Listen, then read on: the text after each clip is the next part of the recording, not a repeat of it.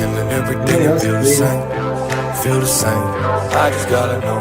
How come when I pull up, I'm like, here we go again. Go again. That's why I just gotta know. Why we even different?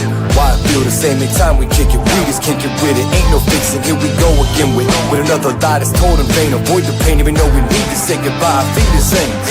So codependent, this hurting been open-ended. We just been hoping we ain't have to say it's over-ended. But the wound is open, let it be. You let it be. Love it and set it free. But the end of you and me, I thought this new to me. But I just gotta know. How come when we chillin', everything it feel the same? Feel the same. I just gotta know. How come when I pull up, I'm like, here we go again. Go again. That's why I just gotta know. Can you tell me what the deal? I'ma go ahead and tell you how I feel. I just gotta know. Can we keep it real? Lately I'm losing myself. Can you tell me what the deal? I'ma go ahead and tell you how I feel. I just gotta know. Can we keep it real? Lately I'm losing myself. When did we change? When did all the love that we had go away? Yeah. When did we change? When did all the love that we had go away? I just gotta know. Got me in my feelings. Scared I beat the reach the ceiling. And it's not appealing. Thoughts that I ain't trying to deal with. Cause I'm feeling like I ain't enough. But I'm terrified I'll never find another. You never be another us. But why it took me ending us? Just get that picture up. I wish it was, but that ain't us. And that was love, but we a different us. I ain't flawless. I'm not to blame for all this. I ain't trying to say that you was. I just know it's time to call it. I just gotta know. Can you tell me what the deal? I'ma go ahead and tell you how I feel. I just gotta know. Can we keep it real? Lately I'm losing myself. Can you tell me what the deal? I'ma go ahead and tell you how I feel. I just gotta know. Can we keep it real? Lately I'm losing myself. When did we change? When did all the love that we had go away? Yeah. When did we change? When did all the love that we had go away? I just gotta know why we can't admit we finished. We ain't quit and gave it all to us to give it. We done did it. I don't think that we could say it. We became the victims. Lately I've been feeling like I'm losing myself. Can you tell me what the deal? I'ma go ahead and tell you how I feel. I just gotta know. Can we keep it real? Lately I'm losing myself. Can you tell me what the deal? I'ma go ahead and tell you how I feel. I just gotta know. Can we keep it real? Lately I'm losing.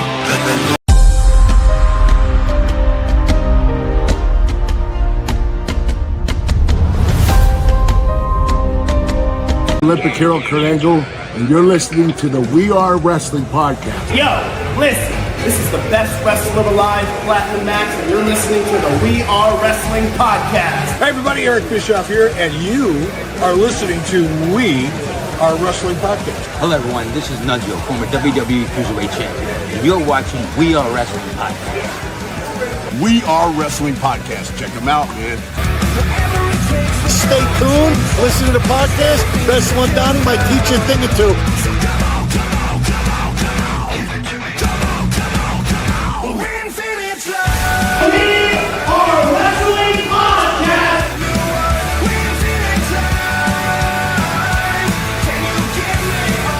We Are Wrestling. And if you don't listen to it, then it's one-on-one with The Undertaker. Featuring your hosts, Dan Eddy and Donnie. We are wrestling. What is up? We are Wrestling Maniacs out there worldwide. I'm the host with the most, Mr. We Are Wrestling himself, the best one, Donnie, here with... What is going on? We are Wrestling Maniacs worldwide. It is Ben, Uncle Ben, Rage Circus, and many other things in the wrestling world. What's going on, everybody? We got a good planned episode for you guys. We got a lot to talk about and a lot of things we went through this last weekend. But before we get into that, Dan, how you doing, man? I'm doing well. Just been kind of relaxing this weekend and ready to talk some wrestling news. Hell yeah. Oh, yeah, man. It has been a very hot week, and you guys are probably wondering, where the hell am I? Because I am not in my normal setup, and that is because right now my central air has shit the bed, and my contractors are here as I'm recording this live episode, and they're fixing it. So 1 like equals 1 prayer. Hoping they can fix it by the end of the pod. But guys, if you're not a We Are Wrestling Maniac already and you're listening to this episode wherever you get your podcast, give us a 5-star review, not just any review, a best one review, and download the episodes and give us a follow. But if you're not a Maniac already, over on the YouTube channel where you get the best pro wrestling content and you're not a part of the thousands of subscribers, we recommend you to hit that subscribe button now, turn on the post notifications. Videos be coming out of nowhere like an RKO. And of course, you already know the grind is real. Shoosh. Thank you. So besides my shitty week, how's your week been? I mean, it's been hot as fucking dog shit outside. Other than that, I mean, it's been pretty fulfilling. I have the little one here for the week rather than, the weekend this weekend. So it's been pretty eventful today, and it's been a really good day. I feel physically good today, which doesn't happen often. So honestly, I can't really complain. But what's going on, everybody? I wish I would feel the same. Yeah. I wish I could feel the same, or just a little bit cooler. It's been hot as fuck. It's around here too. Luckily, I was able to swim and kind of close down the river this past weekend, getting at least some sun. I got sunburn again, but this time's on my shoulders. But yeah, it's been kind of fun. This heat is fucking brutal though. Heat advisory pretty much all over the country. Yeah, pretty much. I'm over it. Oh yeah. But we are here live every Wednesday, 5 p.m. Eastern Standard Time. We're in a heat wave, but that is not stopping us. We got lots of maniacs here in the chat. We got Dakota, we got Destry, we got Angelo, we got Aya, who are going to be seeing at the Blitzkrieg Luau this weekend, and same with Dan the Man. What up, Donnie, Ben, and Dan? Hope your shit gets fixed. This week has been no joke with the heat. You got that right now. Yeah, man. It's been absolutely fucking. If anything, it's been disrespectfully hot outside. It's been disrespectful. It's only the beginning of the summer. That's the fucked up part. SummerSlam's gonna be fucking lit. We ain't doing that shit outside again. We ain't doing what we did last year. We're going inside for SummerSlam. Yeah, and hopefully we'll have new central air by then. So yeah. Let's celebrate 4th of July indoors. Yeah. Yep, in the AC. Yeah. But speaking of something that's going to be hot this weekend, Blitzkrieg Luau. If you guys are out in the Western Mass, Connecticut area, come out to Enfield, Connecticut this Saturday night after Night of Champions and go to Blitzkrieg's biggest show of the year, We Are Wrestling. We're going to be sponsoring Priscilla Kelly versus Charles Mason match. And if you can't make it, you can check it out on IWTV for only $9.99 a month live. But we will have the match replayed up on the We Are Wrestling channel. Oh my God. That luau going to be extra hot because we got Priscilla Kelly going. Oh my God.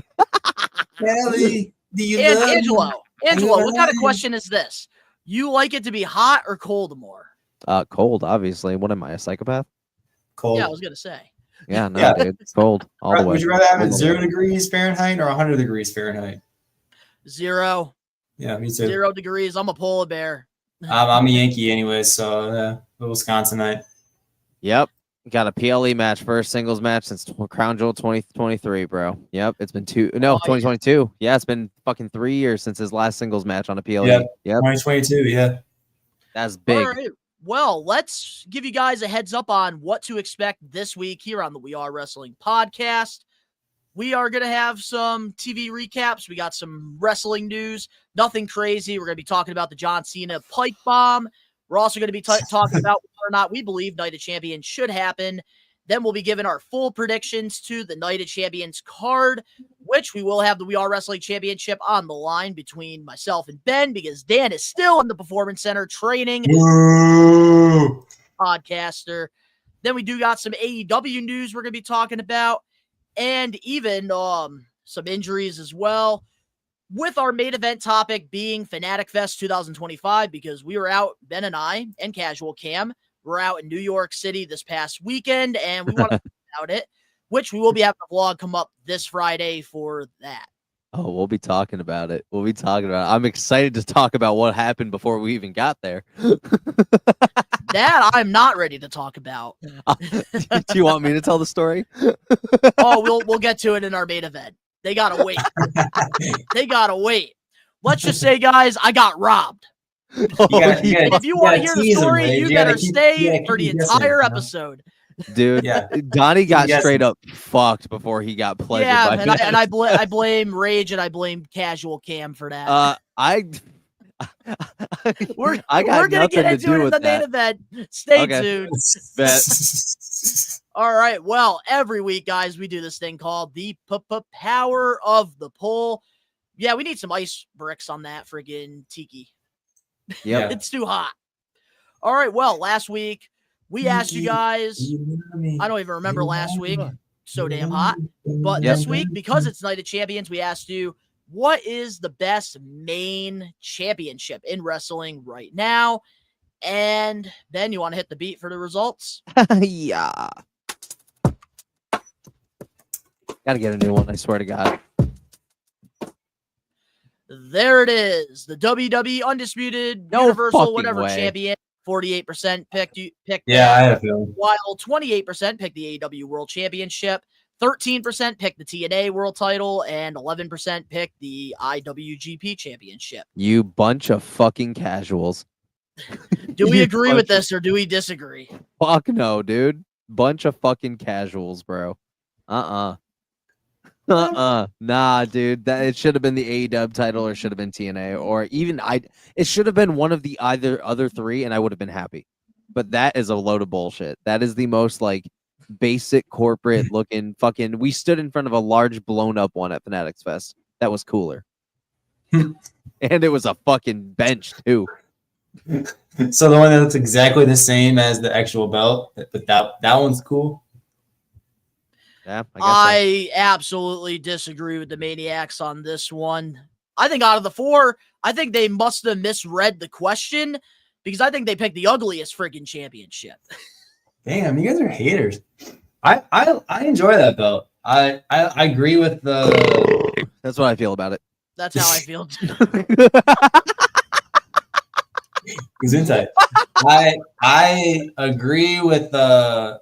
Well, at first I agree with the poll, but then I also agree that the margins should be as close as this at least, maybe if not closer, because I didn't think it was a landslide. He said mustard ass belt and not even fucking mustard. Oh my god. Anything Now, can happen live. Now, back in the day, the WWE Championship was beautiful.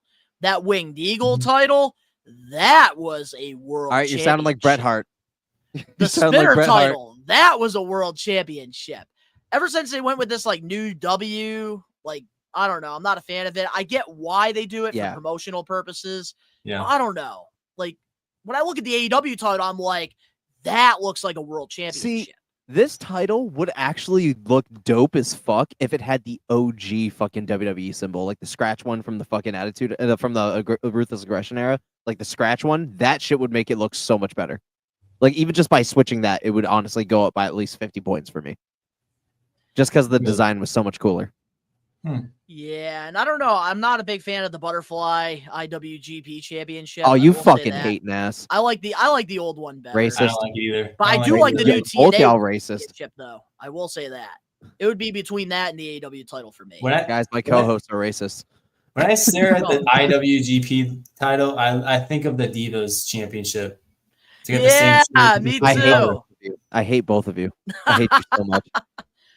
Yeah, the AEW World title should have won this one easily.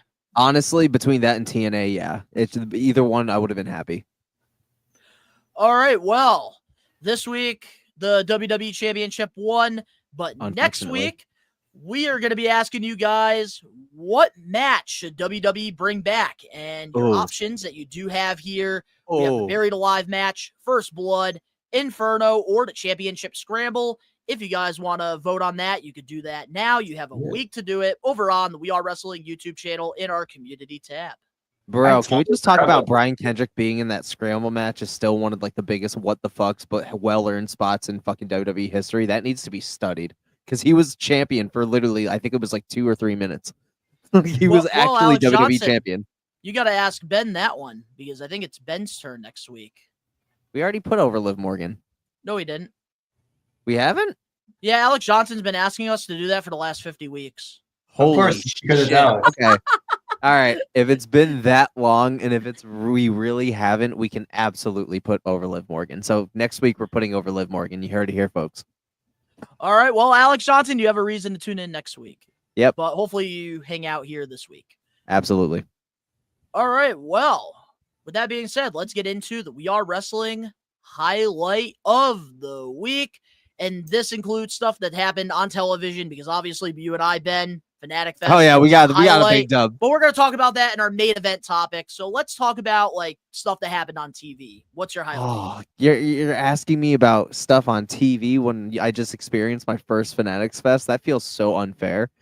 It feels so unfair. Well, they gotta wait until the main event for us to talk about it. Oh, but dude, that's where my highlight is. It's one specific thing, but it's my highlight. What of up, my whole Josh? week. Well, hey, what up, Josh? That was, honestly, no, fuck that. I'm breaking the rules. Meeting that motherfucker was cool. Meeting Josh was cool. That will be my like bonus, like off camera highlight of the week. Which there's another one we'll talk about later on. But on television, Cena's pipe bomb, 100%. Yeah. Oh, dude, send me that. What the fuck? I got Why you. don't You just have sent it to me 5 minutes before we went live. Oh, we did? Oh, okay. All right. So what was it? Cena's spike bomb, you said? Yeah, Cena's pipe bomb, 100%. Whack. What about you, Dan? Dude, eat my ass, bro. I'll get you a spoon. Come on, that pipe bomb whack? What? Oh, you'll hear my thoughts in just a moment on that. Wow. You can't see me. Dwayne can't Johnson see me. loving ass. Oh my god. Full All right. goblin mode. Okay, me and Rage are on the team with this one. So I think my highlight was probably either the pipe bomb or I had it in my head. It was from Monday Night Raw, but I'll have to get back to you guys. But yeah, I'll have to go with the pipe bomb because that pipe bomb was like just a long time coming if you think about it. It was mirrored so well. Yeah, so Josh Toy Show, yeah, that's my highlight of the week right there, being stuck up in the attic because my central air doesn't work. But no, that pipe bomb was just chef's kiss. That was just like fan service for what, 5 minutes? 5 minutes straight. He calls out other wrestlers. You call that fan service? Oh my god. Fan service. Okay, coming from one of the biggest John Cena fans that I know, and you call that not fan service? He's got a point, Donnie. You better defend yourself. I'm going to get the recap. What CM Punk did to him, 13 years ago? And then John Cena returned the favor in his retirement tour? I would love to hear your thoughts on that, Donnie. Oh, you man.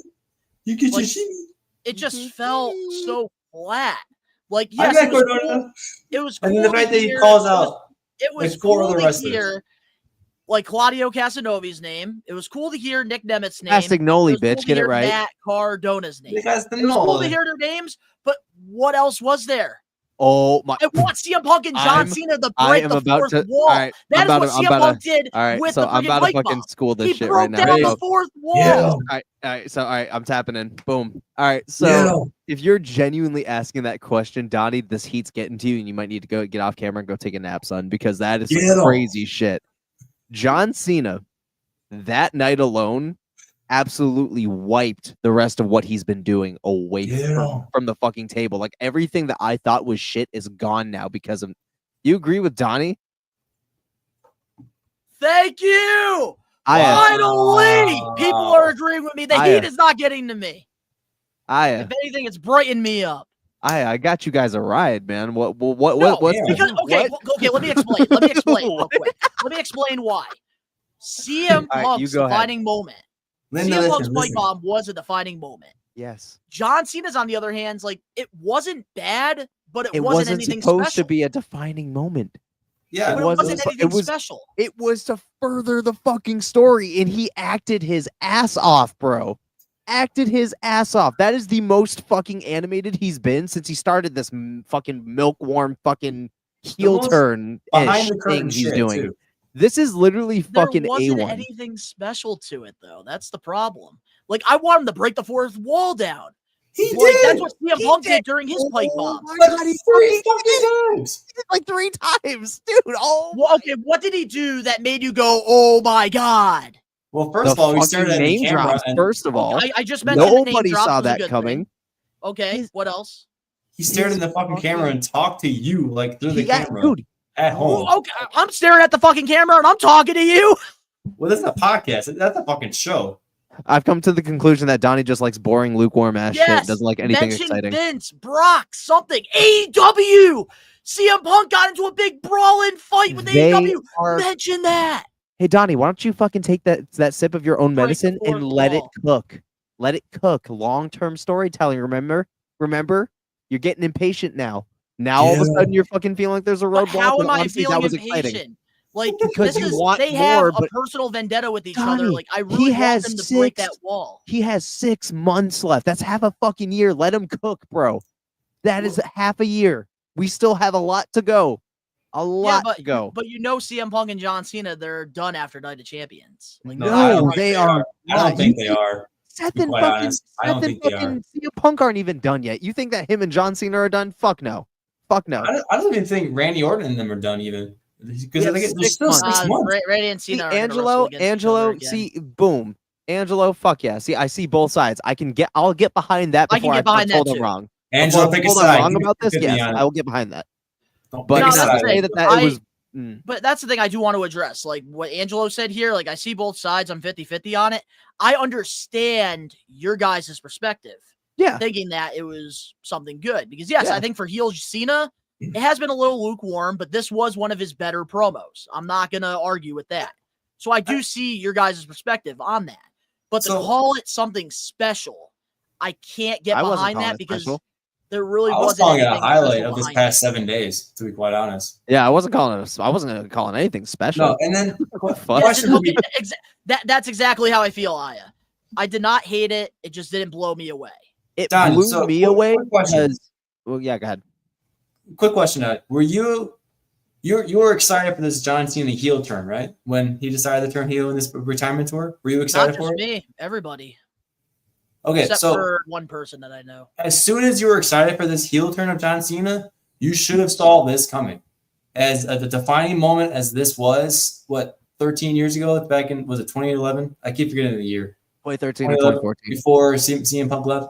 If you were a fan of John Cena turning heel, then you should have known this was coming, because every other month they were saying that it was either Randy Orton and there was absolutely, because they're trying to bring us down memory lane. Of course, like I get why they did it, but just like Aya here just said, like I feel like it is a little overhyped. Like people are thinking that like this is like one of the greatest promos of all time, and I feel like they need to go back to 2011 and rewatch that CM Punk pipe bomb.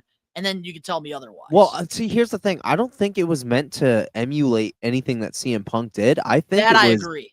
I think it was just. I think this was just the long overdue response that people were waiting for, and the fact that John Cena is the one cutting it is what's mind blowing. People didn't expect him to say anything because he was zipped silent when that shit went down. We're here years later, finally regrouping to this feud, and he finally responded to that pipe bomb by cutting his own to CM Punk. That's what it was for. It was not to make a defining moment, and it wasn't supposed to be anything special. No, and that's the thing. Like, I totally agree, but I think it's because of the Cena fans, the IWC, they're trying to make it this defining moment when in reality it wasn't. It was just a nostalgia thing. And I think that's where like my issue with it was, and I didn't feel like for me personally, it was a highlight of the week. But CM Punk and John Cena, I will say, I'm generally excited for Night of Champions. I'm actually excited about the feud. I think they have done a very good job there. Facts. But I don't know, just mentioning Matt Cardona and Nick Nemeth, like Claudio, like I know the story behind it because I read it afterwards, but yeah, I don't know. There's just wasn't anything that made me jump out of my seat.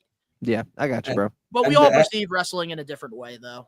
And to add on what Ray's saying, like it was complete fan service. Like that was maybe not a defining moment right now, but if we let him cook and like 2 or 3 years later on down the road, we look back on it, it might become a defining moment. I don't think it was an intention to make it as a defining moment as you may think it is, or like some fans are describing it as already. But with John Cena's retirement tour, there's just so much callbacks. There's just so much stuff we can go back to, and pulling back into like behind the curtain. That was when he broke the fourth wall multiple times, and he was just doing a complete fan service for all the fans. But the best part about it is that his heel turn is the whole thing is about he doesn't care about the fans. He just cares about himself. He's got the title. He's going to take it with him when he retires. And the fact that he did this and the fans feel like it was for them makes it even more of a shine, like a spot that he cooked, because he kind of twisted it, making it think that it was for them. But in reality, it was for his personal reasons. Yeah. Because he was the recipient of it 13 years ago. Yeah. I rest my case. Dude fucking went XYZ fucking round to the third card. No, he went to the part, like he said all 26 like alphabet letters, but then he said, and now I know my ABCs. Next time, won't you go fuck yourself? Dude fucking just went. He went to every. He opened his third eye for that shit. Well, I'll just say my final case here with John right, Cena. bro. And I don't know. I just think that with Cena, like, it is cool that like he went back into time, I guess. Yeah. But like, I don't know. Like, I feel like there's nobody in the WWE that's really breaking the fourth wall since TKO like bought WWE. And I think the only person that like is really breaking the fourth wall, it's not even CM Punk. It's Gunter. Because I feel like Gunter, like the way that TKO is like changing the WWE, and this might be like, I might be like just getting off topic here. The heat might be getting to me, but like the way Gunter is, it's like he's coming at like baby faces. He's coming at heels, and he's not holding back anything, especially like in the Goldberg feud that he's having right now, which I'm really enjoying. And like with CM Punk, like I was hoping when he would come back, like he would feel unscripted. The CM Punk that we fell in love with. And I feel like CM Punk has become a little corporate. I hate to say it. It's all in the But he's contract. also happy, so I give him the benefit of the doubt. Yeah. All right, well, my highlight of the week is a quick one. AEW Dynamite last Wednesday, they were in Mexico, and I really enjoyed Mystico's entrance. The guy that was formerly known as Sin Cara. He had a match with MJF on Dynamite, and Tony Khan got rights to one of his old theme songs from CMLL, and I really enjoyed the entrance. It was cool to see all of like the fans in Mexico singing the song, and it was kind of cool to like see how big of a star he is in Mexico compared to like Sin Cara in WWE. Yeah. So I got to go with my highlight there. All right, well, with that being said, now let's get into the We Are Wrestling Podcast Weekly TV Recap. This is where we go back to some of the highlights that have happened this week on wrestling television. We already addressed the whole John Cena thing, so we might as well move on to our next recap. And this past Tuesday on NXT, Jordynne Grace won her number one contenders match to face JC Jane at WWE Evolution. This is the first official match announced for the all-women's PLE. What's your thoughts on this? Who the fuck is JC Jane, bro? Like, who are these people? From that group Toxic in NXT. Attraction. Toxic Attraction, yeah. With She's Gigi Nolan. with your girl Gigi and my girl Mandy. Oh, gotcha. Yeah. Back I in don't the day. care. So I'm gonna go with Jordynne Grace just because they're gonna be moving her to main roster super fucking soon, bro. She's not gonna have that title long. Like they're just doing this quickly so she can go to the main roster. I mean, the only reason she's in NXT was just to get brushed up with more WWE fans. I mean, she's already over as fuck. So yeah. I mean, I think it's cool. Over. So I think it's cool. Yeah. Yeah, go ahead. I think this, like I said, like you said, it's been a long time coming. I feel like she should have had the title already, to be quite honest. Because didn't she fight what's her name for the title just not too long ago in one of the PLEs? It was a dream matchup. It was Jordynne Grace versus I think Stephanie Bakir. Was it Valkyrie? I think there's Valkyrie she wrestled, and then I know a while ago I think she wrestled Roxanne. Oh yeah, and that was for the title, right? It's hard to keep Wasn't that track. just for the title that she's fighting for now? I don't know. Yep, she is going for the title. Yes. Well, yeah, this time though, but when she fought Stephanie, I thought that was for the title. So I thought she had the title already, to be quite honest. But I was excited to watch that match, the Fatal 4-Way, between her, Lash Legend, and I think some other people. But I think that is sort of I don't know. I just feel like this is just a given that Jordan Grace is going to win, but they may like sweep us, like make us steer the other way, and then JC Jane might retain the title, and like Rage was saying, Jordan Grace will just go to main roster right away. So yeah, so I'm reading this comment here from Angelo. Blake will beat whoever wins that match. And I did see a comment that you had up here earlier saying that it shouldn't be JC in there. It should be Blake Monroe. And I kind of disagree. I feel like Mariah May just joined NXT. Like, you can't throw her right into the world title picture 2 weeks right ago, away. bro. Give it time. Yeah. And I do think that this is going to be good. I do have a feeling Jordan Grace is going to win the championship, and then I think she will have the NXT title when she gets called up to the main roster whenever they do the draft. And then she'll probably vacate the belt or put somebody else over. And I think Blake Monroe, she'll probably win the title maybe towards the end of the year because I think it's way too soon right now. Same. But it is cool that Jordan Grace is going to be getting a big match at Evolution. I do like that a lot. Yeah. Yeah. But we'll have to wait and see what happens. But moving on now to our last TV recap, because nothing crazy happened this week on wrestling television. The show goes on. According to Fightful, as of Monday evening, the Saudi Arabian government is still planning for WWE Night of Champions and SmackDown to take place. As of 2:30 p.m. Eastern Standard Time, talent that were booked on the Saudi Arabia event have not been updated of any changes. Fightful also reports, for those asking, there are no more financial or bonuses for this event as talent have those kind of things baked in their contracts now. Airspaces have been reopened as of today. Do you think Night of Champions should be happening this Saturday with all the circumstances going on? No. Nope, especially because, like, dude, that's not... Oh, my God. The stupidity of some people and the lack of fucking care for their entire talent. Like, it's either you would postpone it or, honestly, better yet, fucking put it somewhere else, bro. Is it really that important to risk, lives and safety of your entire fucking main roster, champions for that? Like, I don't know. It's fucking stupid. I think it's selfish, and I think whoever made the call to continue and do it regardless, it should be a fucking ashamed of themselves. But that's just me.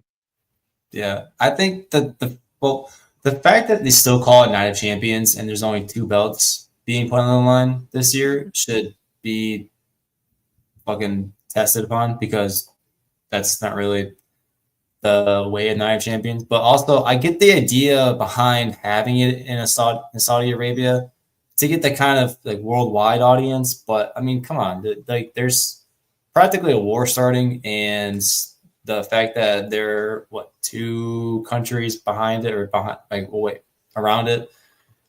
Yeah, because to get to the United States to Saudi, you have to go through Iran, which right now Iran and the United States are going at it. Yeah, TKO has been really fucking greedy as hell lately, and it's not really cool. So not a good look. I don't know. Not a good look at all. Not a good vibe. I'll keep my opinion short and sweet because I do agree with both you guys. I don't think the show should go on. And especially if the airspace has reopened, the people that are already stuck in Saudi setting up the show, you should be getting these motherfuckers back to the United States as soon as possible. Yep. With the circumstances and the stuff that's going on. And like, I don't think that these larger than life superstars should be risking that for one PLE, because you can always postpone it. You can always find a new place to have the event. Hell, you can even just have it on Monday Night Raw. You have the Netflix deal. You can go over your 2.5, 3 hours and make it a special or something. Yeah. So I don't know. I don't like that feeling. To add on to that point, they should get the people out of Saudi Arabia and then just postpone PLEs in Saudi Arabia until they're able to figure out is able to be resolved. Yeah, because it can only escalate from here, or it can be completely done. But I think until then, they should just keep stuff out of Saudi Arabia. that might just be my hot take for the I foreseeable think future. a lot of us but, agree with you, man, on that one. just keep it out of Saudi Arabia for now. I realize that's a big, huge money attraction, but honestly, you guys have been squeezing the juice and the money out of fans as of late. I think you'll be fine.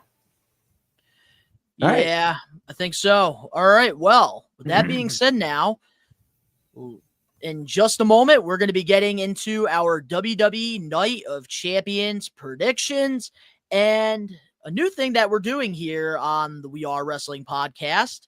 We have a championship that is defended during the predictions. So here's a little beautiful video of the championship.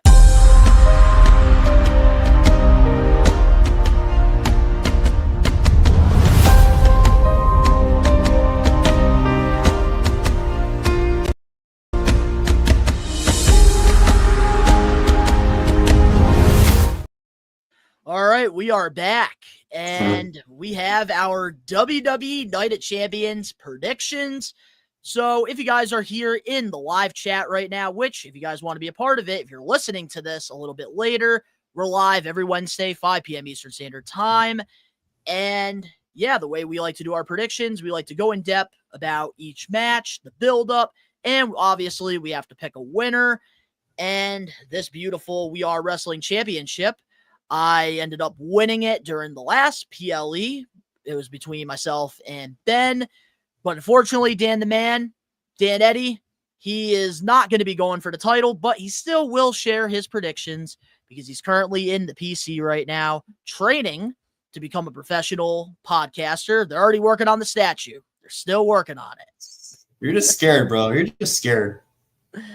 So Ben and I, like with our answers, pretty much whoever has the most predictions correct will be the champion. All right, well, let's talk about the build-up for Night of Champions. What's your guys' thoughts on it? It's all right. There hasn't been an exciting build-up for many PLEs in such a long time, man. They really build up PLEs mostly for Mania and the Rumble. So, I mean, like, it's been okay. Like, it hasn't been terrible. We've been pretty spot on for, like, you know, the prediction aspect for, like, the brackets and stuff. But in all, typical WWE build-up. Some things exciting, some things aren't. Yeah, I I agree think with you even on the that one. Mania build-up wasn't really that well done, to be quite honest. No. For Night of Champions, though, I'm excited for maybe two matches. Obviously, the John Cena and CM Punk one, and actually the Jacob Fatu in the solo matchup. I think those two are probably the ones I'm most intrigued about. Close third or second would be the Randy Orton versus Cody Rhodes match. Yeah, so with the Night of Champions, I do like the concept that they are doing like King of the Ring during the Night of Champions, and then the winner gets a shot for the championship at SummerSlam. So like the stakes are a lot higher, which I do like. The build-up, though, I feel like could have been a lot better. I personally have enjoyed the CM Punk and John Cena thing for nostalgia purposes. Solo, Jacob, very excited about that. And our boy Ben and I, Karrion Kross, finally getting a PLE match since WrestleMania 40. Mm-hmm. Definitely excited about that. Who cares if there's no championships at all involved there? Seriously. Finally getting an opportunity. In due time. Yes. All right. Well, with that being said, let's get into the matches. And just a reminder, too, we will be doing a live watch-along for WWE Night of Champions Saturday afternoon. So if you guys are looking for somebody to watch the PLE with, we will be live here on the We Are Wrestling YouTube channel. And then we're going to be going to the luau and get laid. So starting things off, we have the finals of the Queen of the Ring, Asuka versus Jade Cargill. Obviously they're fucking pushing Asuka to the moon. So I mean, and they're gonna want to do Asuka versus Io. So obviously, I have to go with Asuka winning. I think Jade has been showing signs of improvement. You know, obviously that's a topic for discussion every time. But I think she's slowly starting to you can tell she's putting in more work, which I respect. Do I like her right now? Still, not really, but I will always give credit where credit's due. It's good having Asuka back. They're building towards a spectacle. I mean, obviously they've been teasing it already. I'm excited for it, you know. But yeah, what you guys think? I think they're really getting behind Jade Cargill and giving her a push. I've been liking Jade a lot more too. She's been seeming a lot more confident inside the ring, and she's been putting in the work, outside out of it. And the whole Asuka versus Io Sky, I would love to see. And actually, a dream matchup I thought of, I'll mention earlier, that include Io Sky in a little bit, just a little teaser.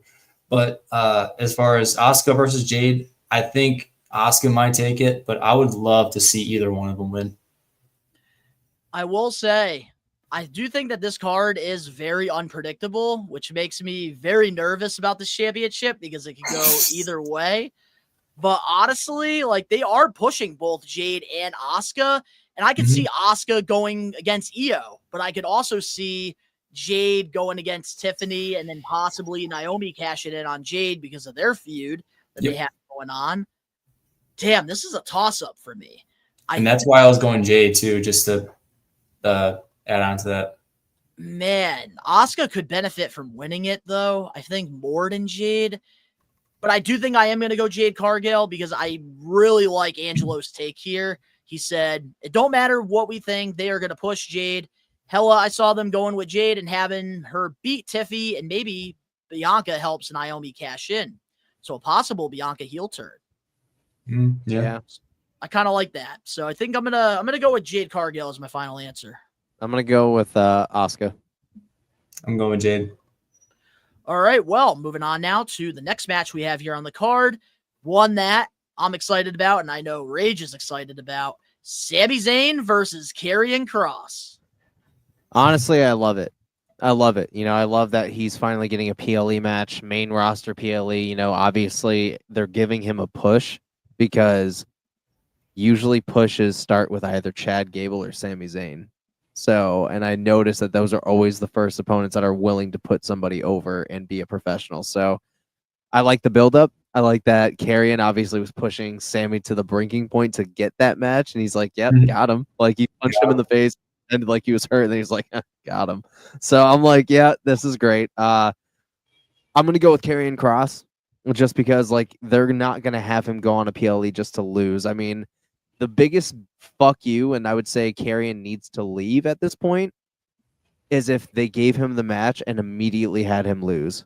Like, okay, here's your match, but you're going to lose as a punishment. At that point, just fucking leave. Go somewhere else, dude, because clearly don't fucking care about you. But I'm going to go against my better judgment, and I'm going Karrion Kross because I think they are starting to see the value he brings, not only to, you know, the ring, but to merch sales.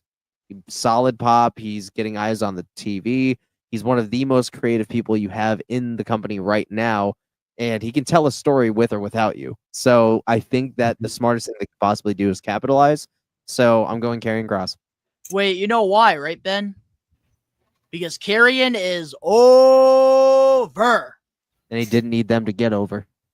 Yeah, I agree. Yeah, I think his promos are always eye-catching and intriguing. It just makes you want to tune in and see what he's going to say. I'm going to go Sami Zayn. I'm going to go Sami Zayn. Yeah, thought-provoking. And not because I don't like Karrion Kross, but it's basically just to go contrarian with you guys. Go the opposite way. I think what you guys say. Just so I can Dan, win I was starting to like you, Dan. Why did you have to pay? Why do you have to say Sammy? Hey, put the title on. I was considering like giving you the opportunity to go for the title, but now, oh, you better be doing some extra training in your little performance center there. Okay, all right, all right. Ben, you were preaching everything that I was gonna say, and yeah. I don't care if Sammy actually does win. I'm going with Karrion because I feel like if I don't go for Karrion, it's a then disservice. I'm going against my ill will, and it's bad. Bad service. It's going to be a great match. I'm not saying that. Honestly, Karrion should freaking squash Sammy in 2 minutes. Yeah. Yeah. I want to see him beat the fuck out of Sammy. Man and push him to the moon. I think that he is going to do something crazy. Like, I think he's going to beat the holy hell out of Sammy, and then he's going to keep. I think he's going to keep going after the match, and he's going to beat the holy hell out of him. And that's going to be like that's basically the company's punishment that he's throwing on Sammy. Like, that's what you made me do. So I'm stoked. And I hope I don't that's know, what after happens. that psychotic look he had last Monday on Raw when Sammy's like saying, oh, once I'm done with the tournament, you're next. He's sitting there like, oh, yeah. Oh, yeah. He's like, you're fucking right, I'm next, bitch. Hit me harder. I cannot wait for Karrion to finally get the opportunity he deserves. And to all the bandwagons, come aboard. Ben and I will freaking give you a whole tour. If you see Sammy winning the Rumble, you are as delusional as the rest, because that will never fucking happen in the entire history of Sami Zayn's career. He will never win the fucking Royal Rumble. You are delusional thinking that. I'm sorry, but Jey Uso was a one and done. You saw how they got that backlash. Nah, they're not going to go with Sammy because they'll turn on him just as fast. He's a one-trick pony. Yeet. That doesn't fucking matter if it's in Saudi Arabia. It doesn't fucking matter. Dude was just bad blood with him not too long ago, and he just forgave him. Karrion's getting the win. Moving on to our next match here on the card. It is for the WWE United States Championship. Jacob Fatu defending the title against Solo Sikoa. This one's a little harder. This one is a little harder because it could go both ways, because there's already echoes that Roman Reigns is going to be coming back and aligning with Jacob Fatu. So, this could go either way. I don't know, man. I don't know. Like, this one is genuinely, for me, super unpredictable, but at the same time, I could see Jacob losing. Like, that's the saddest thing, is I could see Jacob losing. Me too. Because of the new Tonga member that's coming in, and JC Mateo. So it's like there's more at this where Jacob's kind of on his own right now, other than he posted a picture of Tama Tonga, which I'm assuming he's going to align with him. So I think Tama Tonga and Roman Reigns are going to be like who's joining Jacob Fatu. I don't know who I'm going to have to win. I'm going to wait to hear you guys' thoughts first. That's fair. Yeah, I got Fatu retaining. I think it's going to be a great match regardless. And I can see Roman Reigns and a lot of other Samoans coming in to join. Mm-hmm. Is it a no disqualifications match? I don't think so. I know. Keep talking. I know the Raquel versus Rhea match. I know is a street fight. Really? Yeah. Oh, fucking hype. Gas. I'm stoked. I was surprised you didn't mention that one yet, Rich. I see Fatu retaining because I feel like his title reign has not been due service yet for how much hype he's been since he's joined the main roster. And I think with Solo, I don't know is he considered a heel at this point? Or yeah, Solo's definitely a heel. All right. Okay. I wasn't 100%. Sure. I don't know. I just think Fatu is just a regular match. No, okay, so there is DQ then. All right, so I see Fatu winning it regardless, I think. If the ref goes down, Fatu might lose. Just you're the right now. Yeah. That we could hope. I don't think Roman's showing up. Not honestly, I could see him showing up because, bro, I can see Roman showing up because it is Saudi Arabia. They are performing for the prince or whoever, so he gets who he wants. He got John Cena. He could get Roman Reigns. So the only way I see Fatu winning is by the help of Roman Reigns if Hikuleo does come out. So that still makes it harder. Ooh, that's a good take here by Angelo. Jimmy takes JC to the back, and Hikuleo comes in and helps Solo win. Oh my God, hot tail. Hot potato. That's what. That is a very good idea. That is very, very good. Jimmy Uso help Solo win? Why would he help Solo win? No, Jimmy Uso helps Jacob because he already did on SmackDown. So he would kind of even out the odds, and then after that, the new guy comes in. Comment says Jimmy does the stuff and then helps Solo win. Jimmy takes JC to the back, as in Jimmy comes out and starts going one-on-one. JC Potato to the back. Yes, they start fighting through the crowd or start fighting back into Gorilla. Oh, okay. Then Hikuleo comes in. Yeah, so technically after he takes him to the back, it's a one-on-one match, but then the new guy is going to help Solo. Right. Sorry, Angela. I read your comment wrong. My bad. The numbers aren't going to be in The numbers aren't numbering. Yeah. Yeah. All right, so I'll share my thoughts on this because I am torn as well. I think it could go both ways. I don't Jacob want to choose. Fatu didn't win the championship not that long ago. But then at the same time, like Solo Sikoa, like I could see him taking the championship off of Fatu. He's been high key. Also, he has had one of the longest losing streaks. And this could be WWE's way of rewarding him. And I think that maybe he holds the title until SummerSlam and then Jacob Fatu gets the belt back. That's happened. And we get a stipulation match because this is a regular match. And there's no way they're going to end this feud just in a 1 PLE. There's no way. Yeah, no, dude. You're cooking, dude. Like I don't see them. It's happened before. Because think about it. Like leading up to SummerSlam, you're going to have Jacob Fatu taking out the new guy. He's going to take out JC Potato. And he's going to take out whoever Solo has. And then it's going to be one-on-one. And that's where Jacob Fatu is going to get his belt back. Okay. So who do we have? Let's get there. Who do we have? I'm going to go Solo. Okay. Who you got? I'm going Fatu. Fatu! I'm going Fatu. Sucking It down. is the safe bet, honestly. Yeah, I'm going Fatu. Fatu. All right, well, moving on now to our next match. We have a street fight. Rhea Ripley versus Raquel Rodriguez. Oh, my God. I'm not really huge on Raquel, but my God, she looks so damn good on SmackDown. I don't want to. Raw, rather. Sorry, not SmackDown. Raw. I'm kind of excited just because of like the scope of what this is gonna do. You know, I'm excited for. I love stipulation matches like the next motherfucker. I think this is gonna be really cool. You know, Raquel is finally, you know, not only back full time, she's not having to go, you know, in and out. You know, I'm glad that she finally got something, you know, under control, medically. It's kind of cool seeing her get some kind of a push. You know, I'm glad they're rewarding her with the PLE match, and they're not taking her title off of her, and I love that. And I can see Rhea losing this one because Roxanne is going into the folds and will be taking the other half of the title in order to really solidify that trust and to really, you know, kind of put that there. The only way that that's going to happen is if Raquel wins, and I think that Raquel's going to be putting over Rhea Ripley. I mean, Rhea Ripley's going to be putting over Raquel rather. So I think I'm going to go with Raquel on this one. Oh, man. I'm being unbiased, bro. Like, I'm going fair. by situation and realism. That's totally fair. All right, what about you? What about you, Dan?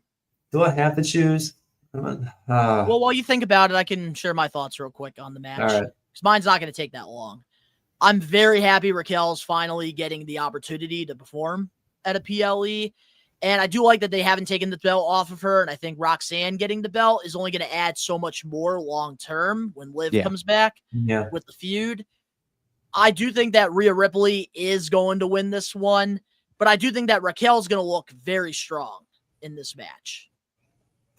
I'm having to choose between two of my favorite female wrestlers of the current roster, and I hate it. I did enjoy Raquel like standing up for herself and calling out Rhea Ripley on Monday Night Raw, and that segment was fire.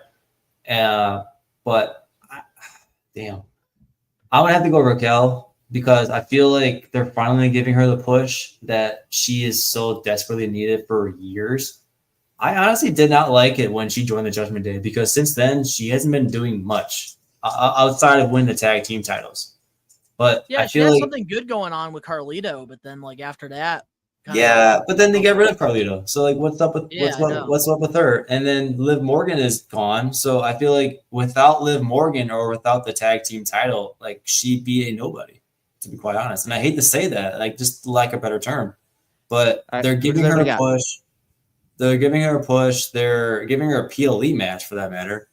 I just don't see her losing this.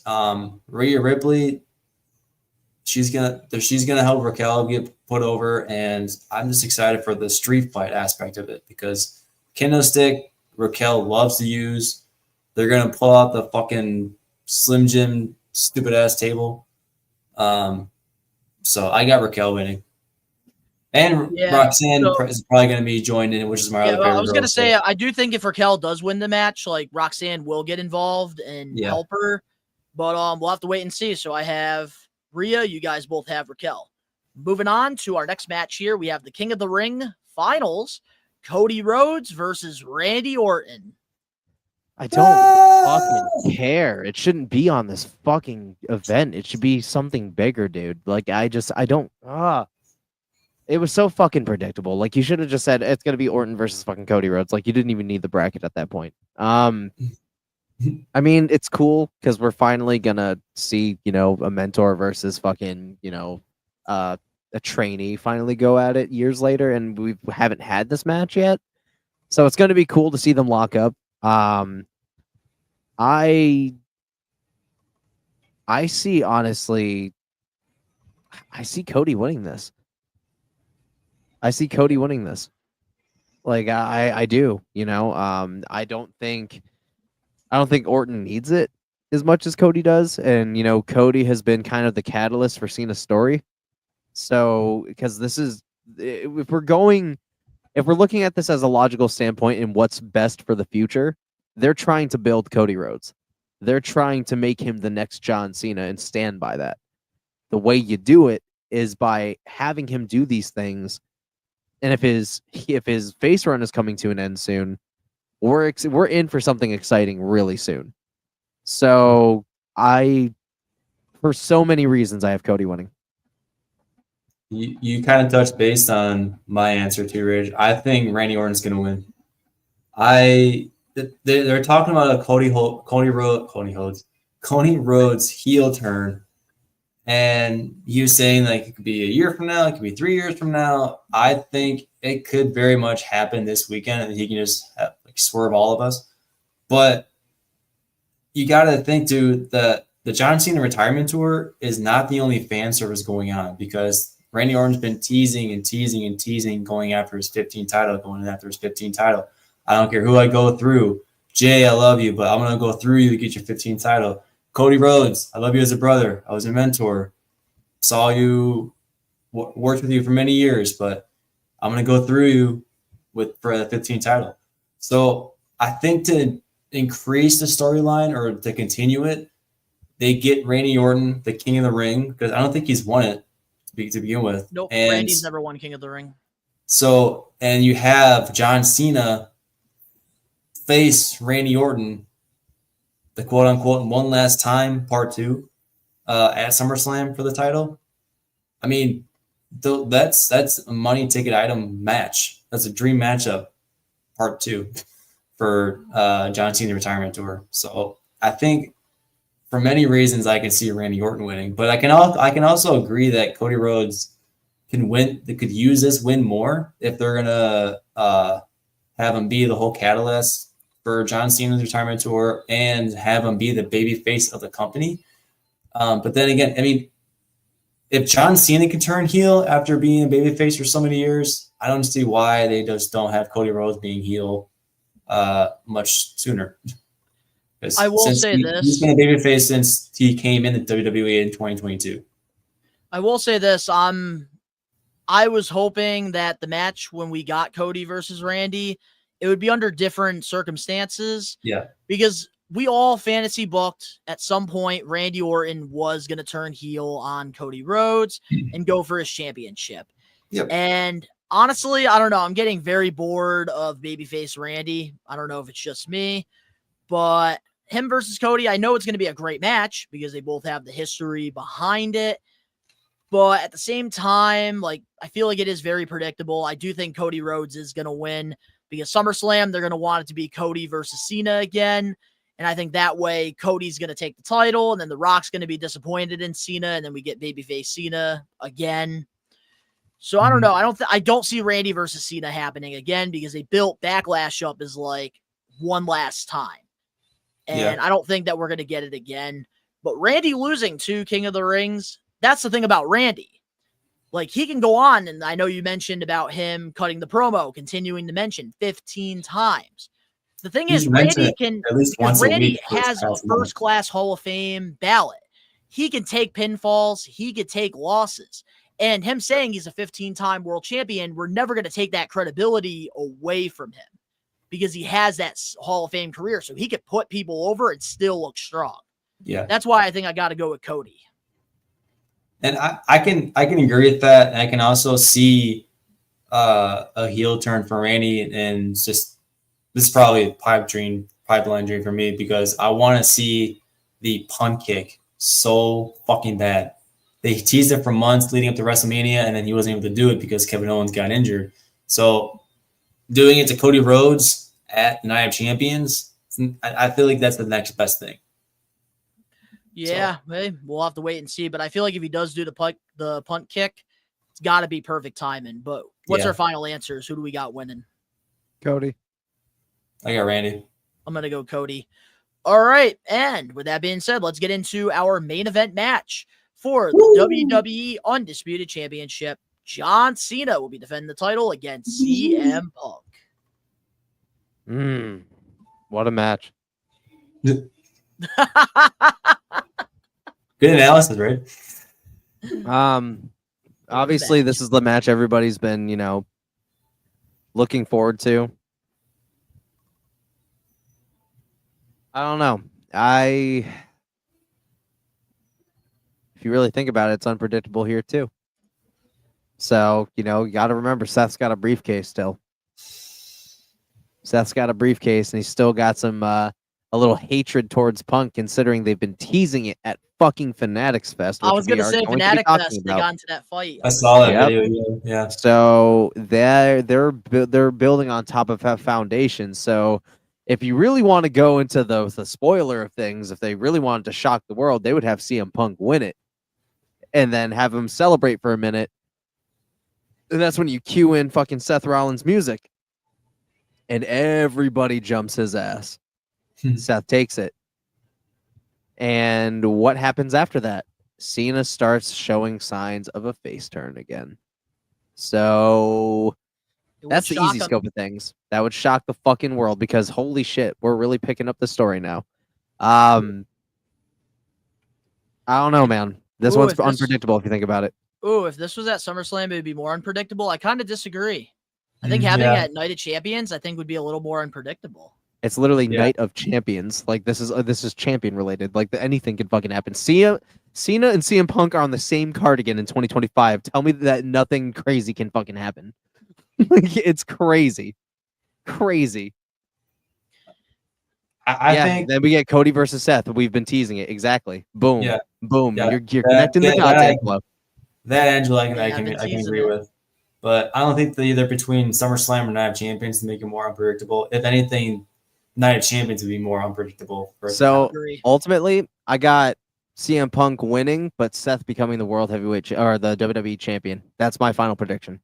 What a nice little callback for that, Rage, because it wasn't too long ago where Drew McIntyre won, and he started celebrating, and then CM Punk was say, "Hey, you wanna, watch out there, buddy. Losing the title from the Money in the Bank cash-in." So, I love how Donnie's just watching this all unfold. He's just eating his fucking imaginary popcorn right now. He's like, my boys. And to that aspect, I'll tell you why I'm imagining.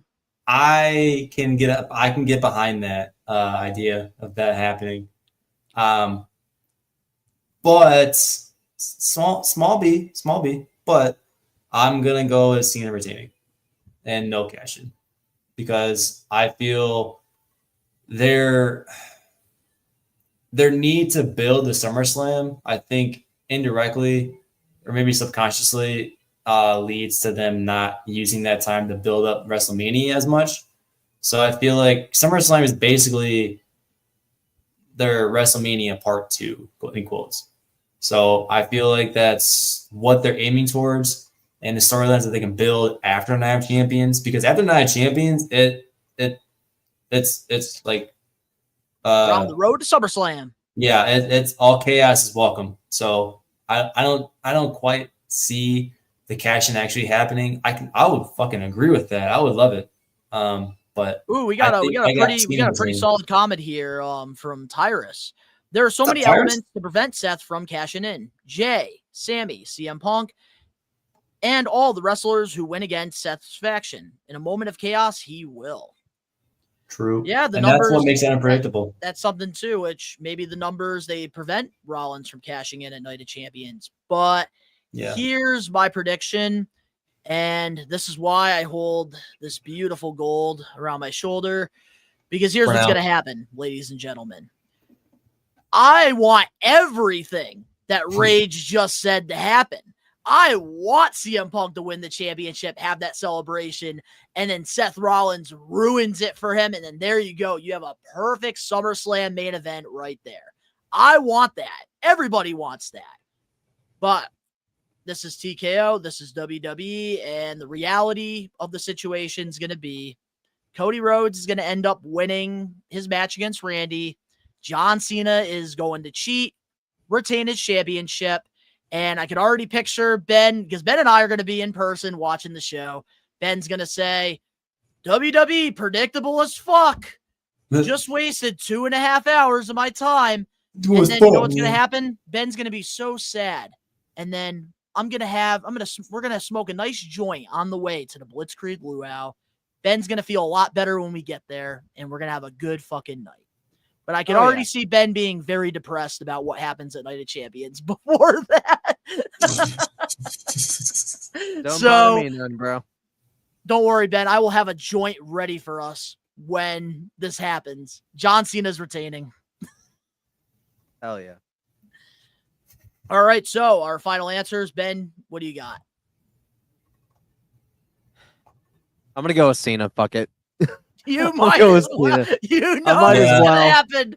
I got Cena too. I'm going Cena locked in. And I really do hope that this is the last match, because if this is the second to last match, Rage is going to be so mad like he wasn't Money in the Bank, and he's just going to walk away. What other match could be the main event, though, to be quite honest? Probably Cody, Randy, and then maybe. Who knows? Yeah, maybe. Oh, Alex Johnson, me and Liv Morgan versus Ben and his mommy, Mercedes Moné. Rage all day. All day. It'd become a triple threat real quick, where Alex Johnson gets taken out by a steel Morgan chair. turns on him. To the head. It's gonna casually lock him outside the door. You remember that chair shot that fucking The Rock gave Mick Foley that was heard around the world? That's gonna be when he Alex smacked him Johnson, in the fucking head like 8 times. Triple threat. Yeah. He doesn't need to see what I'm gonna do, so that's not for his eyes. Yeah, sorry, Alex. Alex Johnson, I just want to say I'm so mad that Liv Morgan had to postpone her meet and greet, because I was looking forward to showing you that picture here live on the episode. She wasn't even there? No, but she had to get shoulder surgery. That's I thought maybe she'd be in there with the cast on or something. Nah, dude. No. She ain't signing stuff with a broken shoulder. Yeah. Yeah. And she broke her dominant shoulder. So Alex Johnson, next year she will be at Fanatic Fest, so you better get on a plane and eat with us. Yeah, I'm only going for Rhea Ripley. He's going all 3 days. I'm only going the one that she's going, but I'm going to chill in the hotel the whole time. So I'll be streaming that day. Hell yeah. All right, well, with that being said, now let's get into the We Are Wrestling Podcast weekly news and rumors. Let's get it, bitch. And we can fly through these ones. So let's fucking do it. Let's starting fly. things off. WWE top babyface might be turning heel soon. During an interview with Kay Adams, this was during Fanatic Fest, actually, Cody Rhodes said he feels like he's at the tail end of his babyface run. But if The Rock had it his way, his character would have already changed. This is what Cody said. I don't get tired of it. I do think we're probably at the tail end of it, though, because there's only so much time someone can like you. I would love to do it until the end of my career. At a certain point, they want to see somebody else. I get that, and that's where you have to change as a character. I think you have a good solid year, maybe even 3 years, because I am not changing until I'm changed, if that makes any sense. If The Rock had it his way, I would have been changed already. He sees something maybe I don't see, and that's very smart individual, so maybe I follow his lead. What's your thoughts on this? Oh, it's long overdue. Next. It's long overdue. Dude's been a fucking good guy for God knows how fucking long, dude. It's been years. So at this point, I feel like over a decade. And listen, he is no John Cena. He is a good guy. He is one of the best baby faces there are, but he is no John Cena. They do not need to keep him a baby face for 20 years. So No. It's time. It's time. So next. Yeah. Go ahead. That's what I was like saying. It's way overdue. I can just see it happening this weekend. Actually, I could see it happening this weekend too. Yeah, I could see it happening this I weekend. feel like Cody Rhodes can play. So, like, here's the thing: the promos that he does, that he's not dressed in all nines with the Cool, suit Alex. and the fucking chain watch, like, oh, okay, and then just casually cook somebody on the mic. He can put that energy into other promos, especially when he's a heel, because I get excited if he comes out and just starts fucking crashing skulls and has the cutoff t-shirt, wearing sweats and shit. When he does those kinds of promos, you know that it's on site. You know what's going to happen. His promos when he's on the mic and he's just, talking when he's all dressed up, it's intriguing. Like, it keeps you entertained, and you're going to wonder what he's going to say. But when you go like each week to week, so like when he goes up to The Rock and says, "Hey, Rock, go fuck yourself," and then the next week shows up in a fucking suit, like, what the hell is that? So a heel turn from Cody Rhodes can not only, I don't know who I was talking to, maybe it might have been Danny Huckins' stream. Shout out Danny Huckins. Angelo. Love you, Danny Huckins. And Angelo. I feel like it was during his stream on Monday Night So Raw. Roman. When we were talking merch sales, like somebody was mentioning that Cody Rhodes, Jey Uso, and blah blah blah blah are like the head top of merch Doug, sales. you don't have to open your third Why? eye to just answer, Doug. I know. I'm getting irritated because this is long overdue for me as well. So like merch sales doesn't relate to it, but I feel like that would increase merch sales. But anyways, long story short, Cody Doug, it's a Rhodes. long story. I can go longer, bro. I can go longer. Like that Twitch anniversary video. Yeah. That was awesome, by the way. Dude. Yeah, Love that. yeah, exactly. I watched it a million times. I You appreciate need it. to upload it to your channel, Ben. Thank you. I still have to, yes. I think that. Oh, you're gonna upload it? Shit, awesome. No, I the reaction to it, yeah. Yep. Yeah. So I don't know. I think it's just been long overdue. Okay. Cody does not need to turn heel anytime soon. Maybe in late 2026, 2027, fine. But in the business, timing is everything. And I think right now the timing is a little off for him to turn heel. You know why? Because he's still over. And that is why we do not need Cody Rhodes to turn heel right now. We already saw what happened. They tried to do it with John Cena, and it has been very lackluster. Yes, they created a defining moment out of it, but basically that was it. I don't want the same situation to happen to Cody Rhodes. It has to be the perfect time. And I don't think the perfect time is right now. Yes, down the line, I would like to see it happen when fans start to turn on him. But right now, and I've never seen this for a babyface, the fans behind him. Like, you go to an arena, like, you're not really hearing anybody boo Cody. Like, John Cena was the face. You had "Let's go Cena, Cena sucks." You want to know Cody ain't why? getting that. Because It's over. you want to know why that started going to Cena sucks? Because if you fucking It got live long repetitive. enough, dude, if you stay the hero the whole time, you're gonna live long enough to see yourself become the villain, and that is exactly what happened to John Cena. He is over at fucking Cody Rhodes is over as fuck right now. So what's the perfect time to do it? When everybody's behind him, fucking spit right in their fucking face. Greatest heel turn ever. That fucking roof will erupt. Yes, but it the has best to time to wait do it. because they already tried doing that with John Cena this year. That's why I'm saying timing is everything, and I feel like it's a little too soon right now. When's the Yes, perfect down the timing, line, though? it's going to get repetitive. It's going. The It already face turn's is. going to get repetitive, but we It's need been to wait 3 until we years. get there. So Because right now, with Bianca Belair, we're starting to get to that point where we're getting a little like irritated with her being a babyface. And watch when she turns heel. Oh man, it's going to go 0 to 100 real quick on site. What Dan Eddy said. But we'll have to wait and see what happens with Cody Rhodes. But I don't So, want. my question is, one- wait, no, real quick. There's one more thing I do want to add here. God, how are we doing this? Okay. I don't like the fact that Cody Rhodes is doing this interview, basically telling us what the fuck's gonna happen. That's all I gotta say. But they do that all the time, though.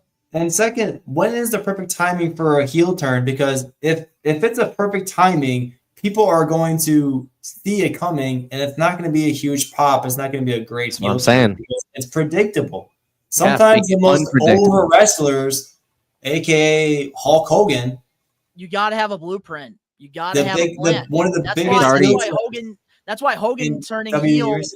in WCW was so good. Yeah, Because it was very because it was unpredictable. But it was also he was getting repetitive with the yellow and red. And it's Cody Rhodes not being repetitive, being a babyface? Not right now, no. I think he is. The fans are still behind him. He has been stepped on, thrown away, and treated like trash multiple times. And that's why I was saying that consistency is annoying as fuck, because one day he'll show up in the suit and then talk a promo, maybe get 1 or 2 bars in. The next few weeks shows up and just like it's on site, just comes out and just starts beating everybody up. Yeah, I don't like that either. So with the whole consistency part of that is annoying as fuck. But then like the heel turn is the best heel turns are the most unpredictable heel turns. Like I said, Hulk Hogan back in the day, like Bailey, fucking oh yeah, no doubt in my mind. Like they're going to do it. They're going to do it when we least expect it.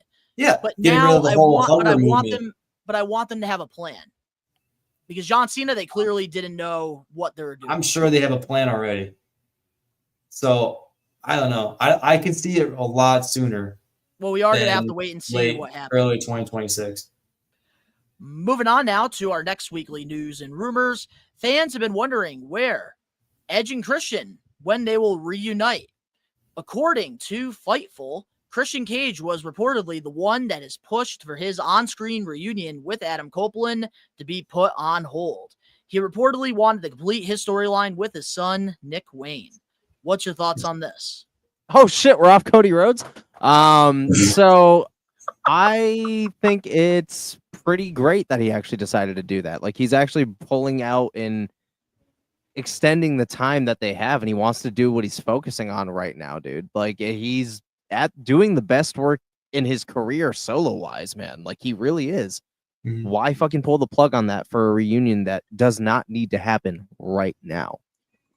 Don't change something that isn't, don't fix something that's not broken. And he put a halt on it. So kudos to him. That's a smart move, man. He was looking out for his career and his, his work right now. And that's important, especially at the stage of the game he's in. And he wasn't even supposed to do this anymore either. So props to him. Yeah, I think with Christian, I feel like the majority of the time they were both in WWE, he was just living in Edge's shadows. And when he went to AEW, he was doing some of his best work, like some of the best in his wrestling career in AEW. So why do the reunion and go back behind in Edge's shadow, or Adam Copeland? Sorry. So I can see the reunion that there'd be 100% fan service for some. I don't see the point, because they did back then. And what was it, WCW? Or yeah, I think was it so. WCW or ECW? So I don't see it happening anytime soon. Like Rach said, I don't know. I don't see the point.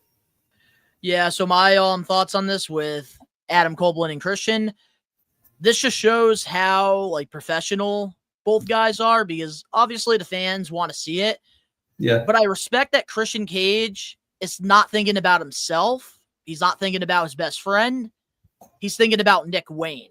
And let's say he just scrapped everything that he's worked for with Nick Wayne, who's a very young professional wrestler, only 18 years old, I think 19 now, who has a very bright future. Let's say he just dropped all that to do the reunion. That wouldn't do anything for Nick Wayne. And I'm all for veterans putting over younger guys. And I like that Christian is putting his foot down and he wants to finish what he started. And I think the feud would have been finished a long time ago if Killswitch Luchasaurus didn't get that injury. But I do think eventually we will get Adam Copeland and Christian. I do feel like right now FTR could benefit working with them. But give it time, honestly. Like, All In is already stacked. Like, we don't need to have that. Christian and Nick Wayne, let's let it finish out. Good move by AEW. Low-key dub. But moving on now to our next We Are Wrestling weekly news and rumors. According to Body Slam Net, it has been officially confirmed that the AEW Women Tag Team Champions have been established and are waiting for their official debut. What are your thoughts on this? I don't have any. I don't have any thoughts. Donnie, you missed a great moment to have a soundboard and then just play fucking crickets. I know. I don't have thoughts. I plan on it, investing man. in a soundboard pretty soon. I think it's been long overdue because considering, like, I wish these last few weeks I have been looking and I'm trying to catch AEW first of all, like watch it live. I haven't been meaning to, or I've been successful, but looking at their AEW roster, they should have the tag team titles. If the WWE tag team titles aren't going to be relevant for how many fucking years, they might as well have AEW tag team titles. So that way they can get that win over WWE as far as titles goes. But I don't know. I'm excited to see what they're going to do with it. Angelo here in the live chat. Can't wait for more titles to mean nothing in AEW. And that can happen too. That can be, a big error, So yeah, but the same thing can be said in TNA, WWE with all their titles. I think AEW should have women tag belts. Like, yeah, they're not going to be like the biggest thing in the world, but like, look at WWE. Like, their women tag titles like aren't as relevant either. TNA could probably do better, but I do think it's good because, like, if you do watch AEW consistently, which I know a lot of people don't really do that, they do have some pretty consistent tag teams here that they have. I've been trying to watch it, Donnie. I've been trying to watch it. I just don't have I don't have it's on A&E, right? But it's on TBS. Oh, okay. Or you can watch it on Max. Oh, see that I don't have Max, so. But I will say I think women tag titles are necessary. It'll help like people that are on TV get opportunities. I think they could benefit from it. I don't think there's really any harm having women tag belts. TNA has them, WWE has them, so why not? All right, well, we have our last weekly news and rumors, and then we'll get into the getting put over. We got some injury updates. According to PW Insider, Chad Gable is set for shoulder surgery in early July. No timetable on how long he'll be out for. Looks like he's been working with an injury the last couple of months. PW Insider, Dirty Dom, has been dealing with ribcage issues and is not expected currently to be out of action for any lengthy period of time, which is why they scrapped his match with AJ Styles at Night of Champions. And according to WrestleVotes, Otis is currently not in the internal roster, which means he's not available right now for whatever reason, personal injuries. Don't know, don't want to speculate. However, he's not available for weekly TV at the moment. So, what's your guys' thoughts on this? And it always sucks when people are injured, but I mean, if you look at, Chad Gable and you look at, Dirty Dom, those two dudes are, go, and they've been really carrying, I would say the mid-card division right now and kind of, keeping the show going, and they're the goats of it right now. So, and not to mention that both of them are Raw's couple of their top heels right now. So, I mean, it is a little bit of a loss, but at the same time, time off and rest and, recuperation is great for everybody. I know Otis is doing a couple of things right now outside of WWE. So I think that's another reason, for his absence, but I mean, good for him too, because, it gives him an outlet to do other things while he's not in bigger storylines right now. So, I mean, I'm trying to look at it as a positive, Yeah, breaks I feel like are always necessary. Yeah, it sucks. Did they disclose what Dom's injury is? Because I feel like it's just a rib cage. Oh, is it rib cage? Okay. I thought it was a work at first, just for him not to go to Saudi Arabia. But that's what I thought too. I could be completely wrong, but sucks that they're both injured. I agree with Rage. I think they've been carrying the mid card division, and Chad Gable they've been using him to put over Penta, who just showed up, and a lot of other people. I can't think of him right now. I just like Penta so much, I guess. But it just sucks. Injuries do suck. Obviously, we wish them all speedy recovery, and they do take the time to actually like get back to where they are. Well, Otis, like hopefully he's able to do some successful things outside of WWE right now, because I guess he is working on some stuff. But we'll just have to wait and see what happens there. Yeah. But we did get some breaking news here about Stone Cold wanting one more match. According to Fightful, more than one source around WrestleMania weekend claimed that Stone Cold Steve Austin told them he might have one more in him. Who do you think should be Stone Cold's final opponent? Just a quick thought. Who do you guys got in the live chat? Who do you want Stone Cold's last opponent to be that's in WWE right now? John Cena. Nice, man. John Cena or CM Punk for me.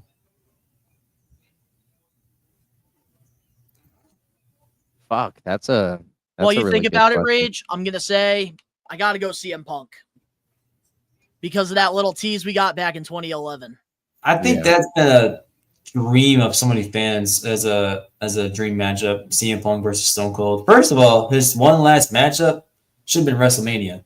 Okay, there was so much tease for him to come back, hear the glass shatter, and then help with the Cody match. I think it was, but. Just comes out and read the attendance is bullshit, but I digress. And almost ran over a lady in the front row. That was great. She wasn't That was hurt. so funny. Trying to She wasn't hurt.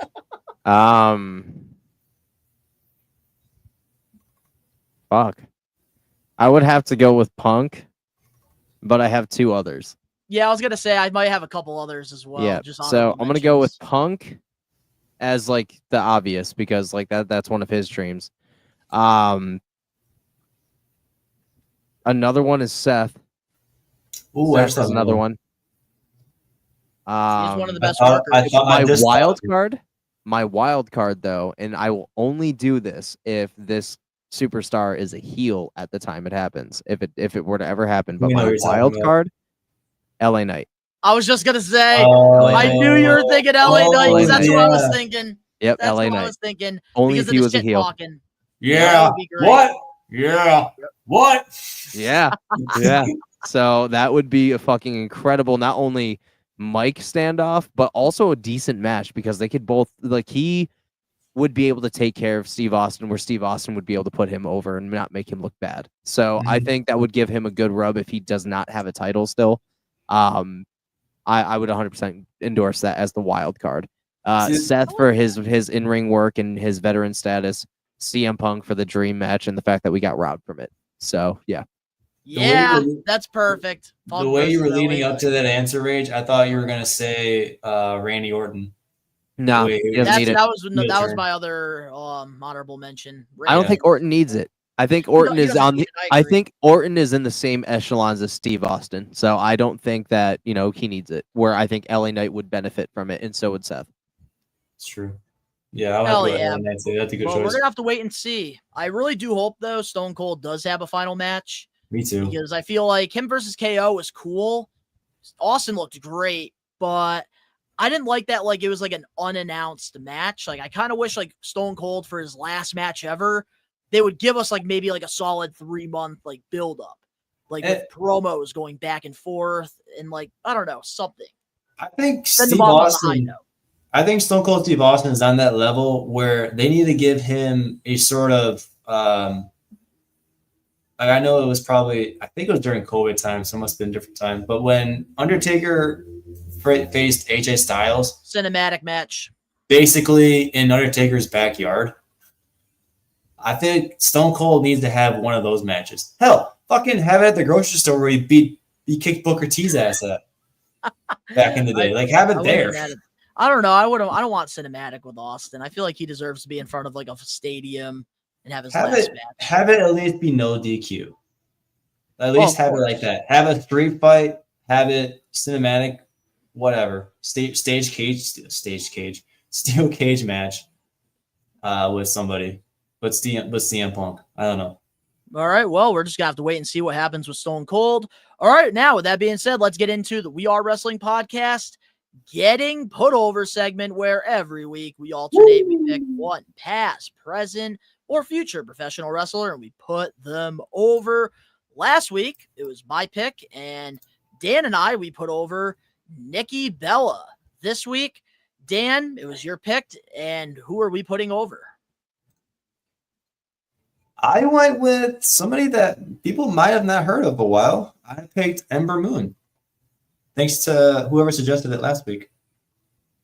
Yeah. Look at that. Dan's already getting famous. He can't even remember the Maniacs' names. Hell yeah. All right, so the way we do this is this is your first time listening, or if you're a part of the live stream that we do every Wednesday, 5 p.m. Eastern Standard Time. The way we like to do this, because we want to interact with you guys, we ask you your favorite title run, favorite match, favorite segment, favorite year, favorite rivalry, and a what if. So this week we're putting over Ember Moon, Athena, and let's go over the accolades for her career. Starting things off, she is a one-time NXT Women's World Champion and a one-time NXT Tag Team Champion with Shotzi, who's absolutely killing it outside of WWE right now. And she is the current Ring of Honor Women's Champion, and actually the longest reigning for, I think, like 3 or 4 years now. Wow. All right, let's get into your favorite title run of hers. Favorite title run, NXT, obviously. I mean, when you're the NXT champion, you're the head of the brand, you're head of the locker room and the women. You're kind of setting the example. And, this is kind of like your also like your one-way ticket of knowing you're going to the main roster. If you hold that title, it's almost a guarantee that you're making it to the main roster. And she did. Unfortunately, her main roster run was very short. But everything she accomplished on NXT were pretty bangers, because she honestly was shoulder to shoulder with a lot of the greats that are on the main roster now that made it to the main event picture. So they're still here today too. Yeah, I have to go with it. Yeah, I went with that too as well. The NXT Women's Champion. I could have sworn, for how well she was doing at the main roster, I could have sworn she had WWE titles, not just NXT.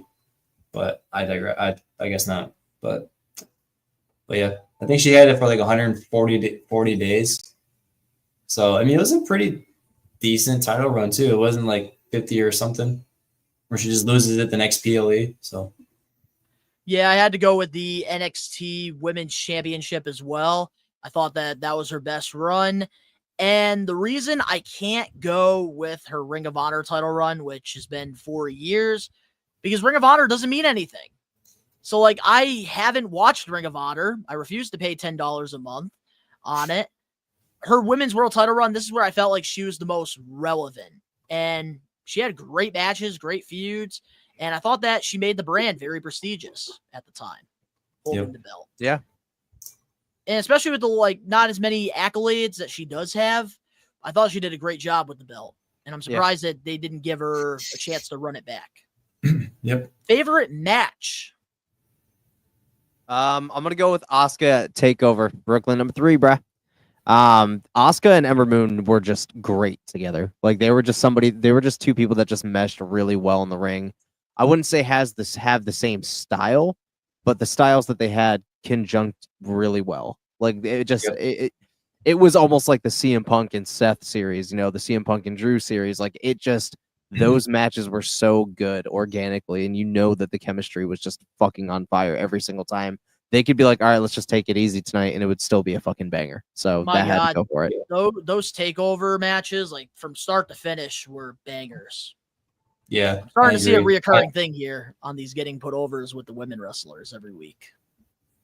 I chose this matchup too as well. I think there were so many great spots. The chemistry between Ember Moon and Asuka was so great. And I was rewatching it the other day.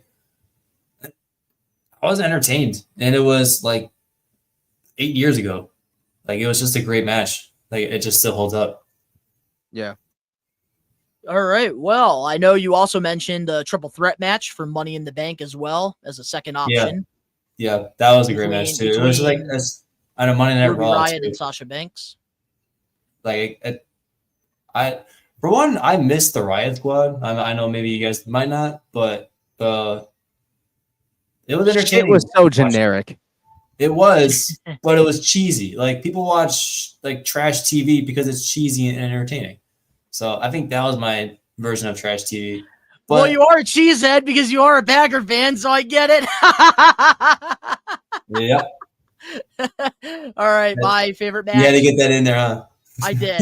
That was perfect timing. I think this matchup for the Money in Bank qualifier, and I also watched Money in the Bank match too, because I feel like it was between her and 5 other wrestlers, and outside of like Natalia, like all of them are still active. I think I'll have to look that up. I might be wrong. I might be really wrong. But well, here's my match. I got recent match that happened in Boston between Athena and Mercedes Moné.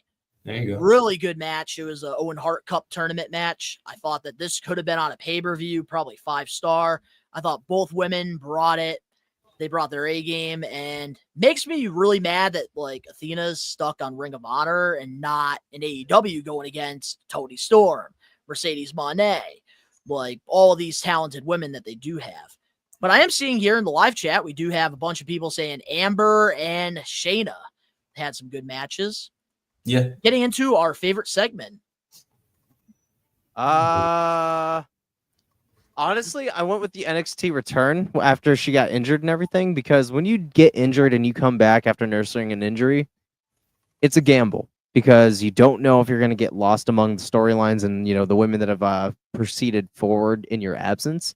But I don't know. It didn't feel that way. You know, it didn't feel that way. She came back and it was great. You know, like it was one of those success stories. So I always like post-injury returns. Like Batista was another one I was hugely into. Cena's was another one at the Rumble super early. Oh, you my know, God, 2008 Rumble. That was the best. Yeah, hey, That's why I chose it. To be there. Donnie, I think we have some news in the chat under Dan. Dan, go ahead. What? Wait, huh? Some good news. Oh, yes. I was actually going to read that before we got into the getting put over. Might as well share it here because it is breaking news. Good news. Jim Ross announced he's cancer-free and will be at AEW All In. There you go. Yep, that's Hell exciting. yeah. That's exciting. Love hearing that for Jim Ross. Yeah, fuck cancer. My favorite segment was the April 2018, I think it was. Yeah, when she made her Raw debut. I chose this for more personal reasons, not just for like her accolades or career wise, because I was watching it at the time. I think this was like when I just got back into wrestling, thanks to my ex-brother-in-law. So he was saying that I was like looking like somebody. I was like, oh no, I don't. And I started watching it, and then that's how I got hooked back on. And then when I was watching Ember Moon, she made her Raw debut, got a huge pop. And I was excited, and I thought her entrance was fucking fire too. Still is. Oh my God, she had one of the best entrances during that time. I was gonna give that an honorable mention somewhere, but my favorite segment of Amber Moon, I had to go with her vignette, her debut, because I am a sucker for old school like vignettes, because this is how you introduce a character to the audience. And around this time, Amber Moon was so mysterious.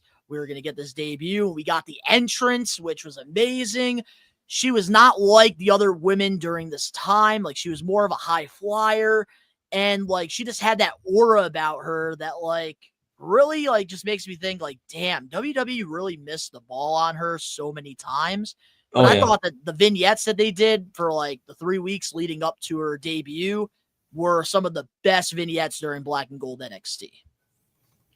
Favorite year of Amber Moon? 2021, the year she got released.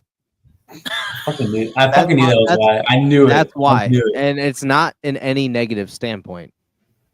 She deserved better. 100%, because she's talented as fuck.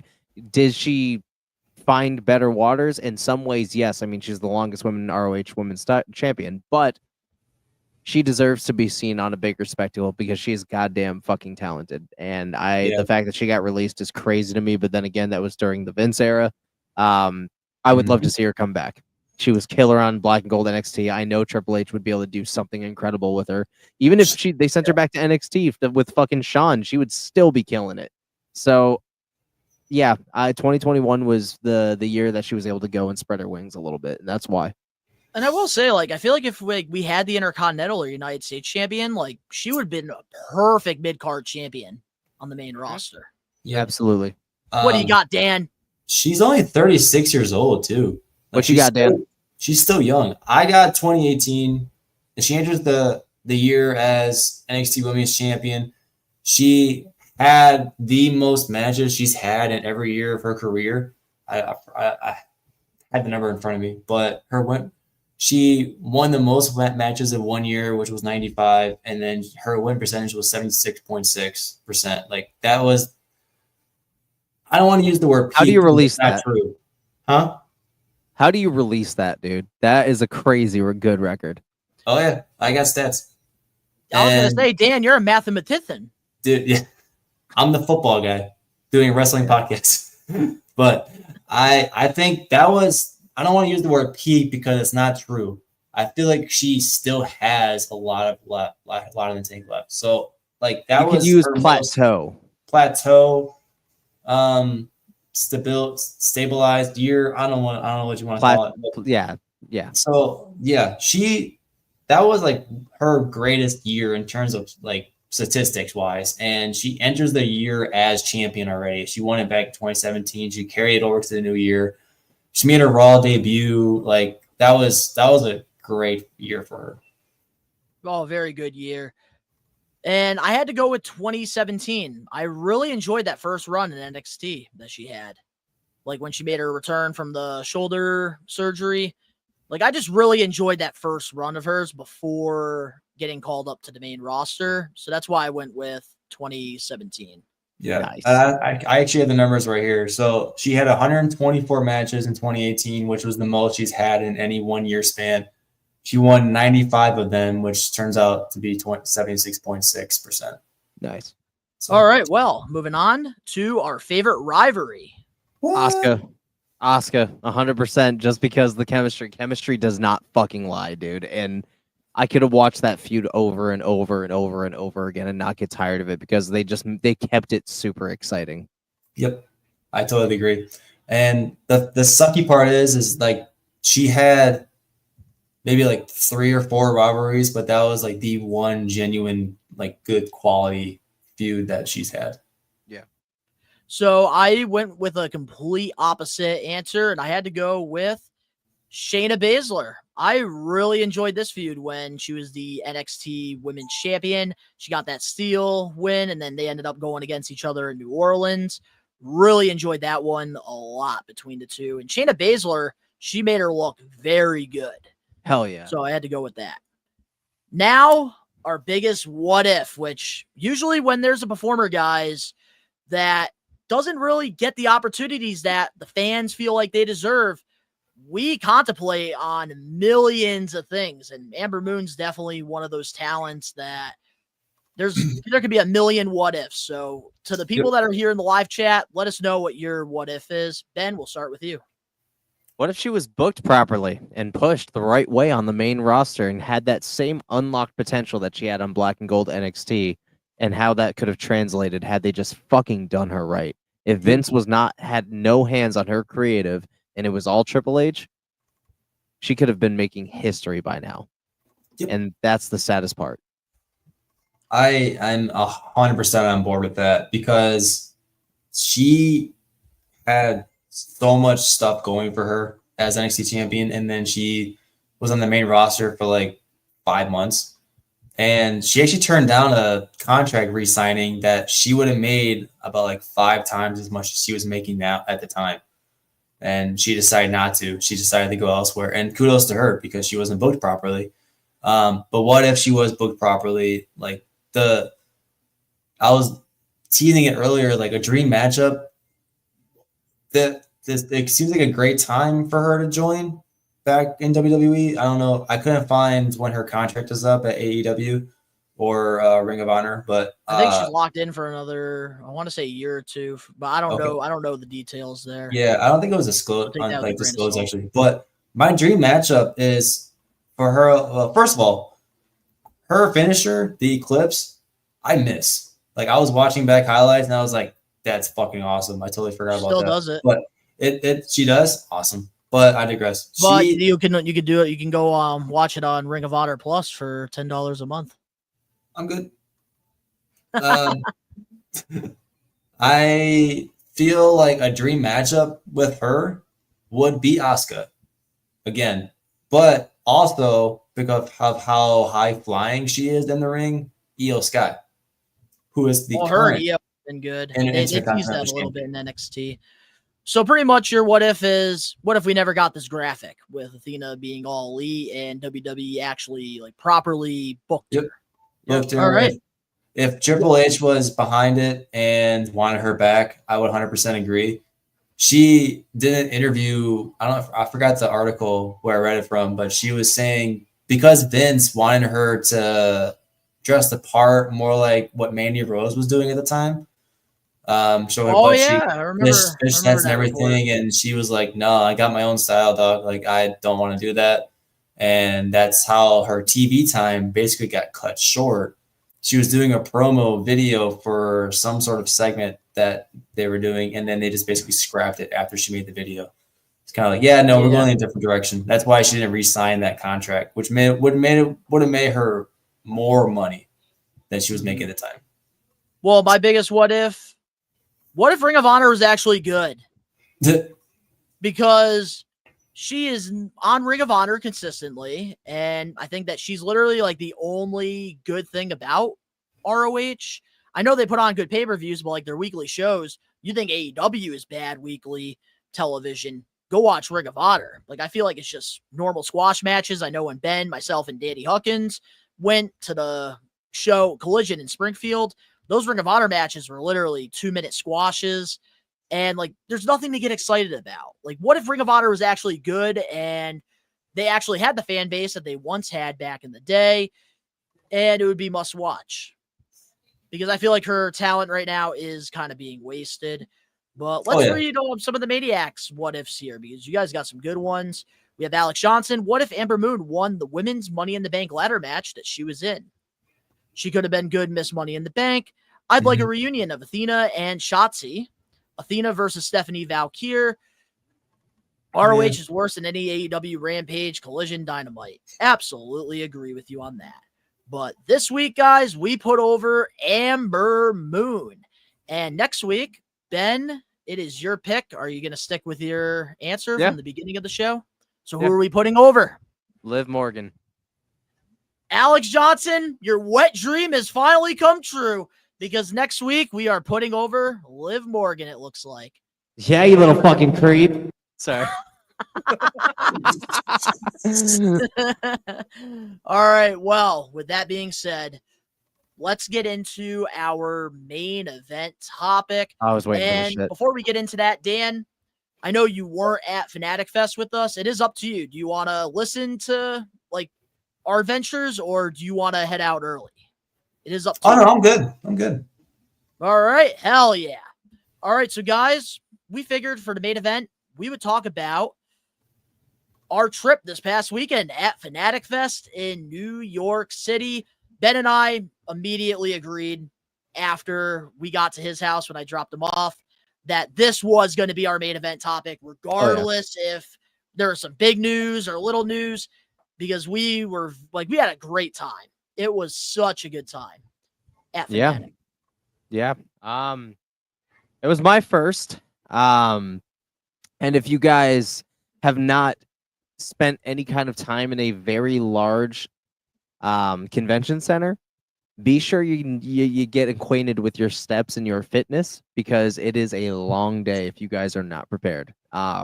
Very long day. But real quick, because we are going to get into your thing, because I have a whole slideshow here for gotcha, bro. I just want to give a quick reminder to all the We Are Wrestling Maniacs as well. If you guys want to, hold on, we gotta give a little shout out here real quick to Chris.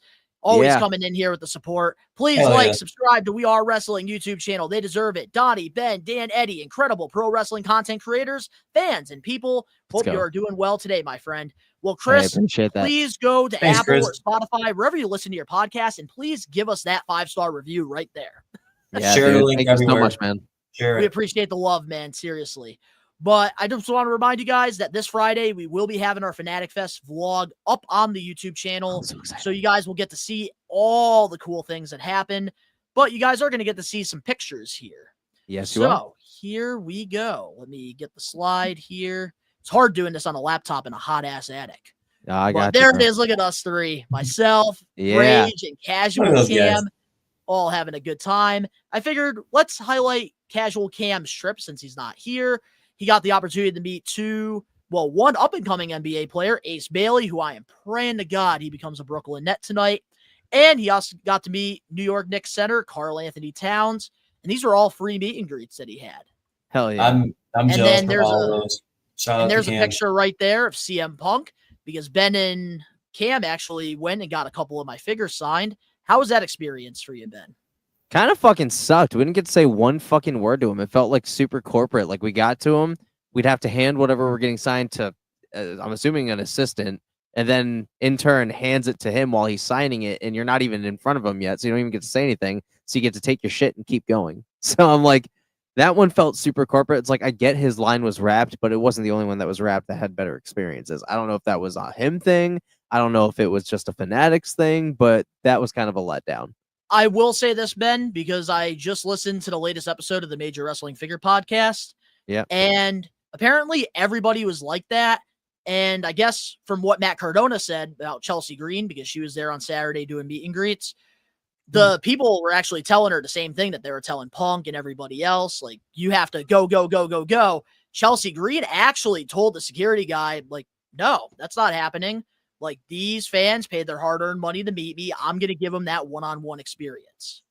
Yeah. And That's how it should be. she's a goat for that, because I feel like a lot of people got stiffed in that area. Unless you got a photo op, you got stiffed. It was good seeing you too, man. And like, I don't really get to meet a lot of you guys, you know, but to see you, Josh, it was a really, really fucking cool experience, even for myself. So it was good to meet you, man. Hell yeah. But that's the thing, like, I think if they can just give the wrestlers more time at the autographs tables, then like you can have that like 10 to 20 second interaction. I feel like I think giving them like 1 hour is absolutely ridiculous, something that I do believe they need to work on. Because like you go to like a Rhode Island Comic-Con or like San Diego, like these actors and stuff, like they're sitting at their tables for hours, except for their pro photo op. I get it.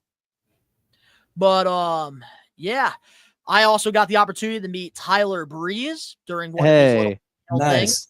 And I got a selfie with Big E as well, which was cool. I was working on it in the background. Because here's the funny story behind this, guys. You guys are going to get a kick out of this. So Cam and I are sitting there watching Big E and Tyler Breeze open up a bunch of top cards that WWE had. And basically, Cam was wondering where the hell Ben was. So he left, was looking for Ben. And then the person in front of me that was at the guardrail that I was behind actually left. So I was in the guardrail. Then Ben actually ended up finding us. So Ben and I were in the guardrail. And Cam that's was gone. how like I was able to get my selfie with Big E and Tyler, and Ben got I think I won. Experience. I think I won that. There you go. So I Talk met about it. Alexa Bliss. And the funny thing is 5 minutes beforehand, like we have footage, it'll probably be on the vlog. I don't know if we'll show it here, but It'll be on the vlog. We got it'll be on the vlog for them to watch it. So 5 minutes before this particular photo was taken, and it's honestly fucking cool that she was totally cool for selfie and everything. I'm so fucking jealous. She was a way better sport for what happened 5 minutes prior to this. So like he said, they were opening Topps cards on WWE like live content on live streams. I think it was on Instagram, on the Topps page, Fanatics page. It was being seen by thousands of people.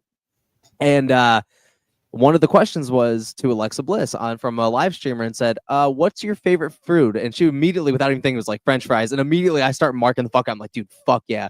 And she could see how excited I was getting because I was right on the guardrail with fucking Donnie. We were like right in front of them. And she starts talking to her. She's like, yeah, like the cheeseburger fucking like filled ones. And I was like, dude, that shit fucks hard as fuck. And I had her fucking dying, bro. You could tell who was like a good sport. She was fucking dying. Tyler Breeze thought it was kind of fucking clever. Big E didn't look super like enthused by it, but he wasn't really phased.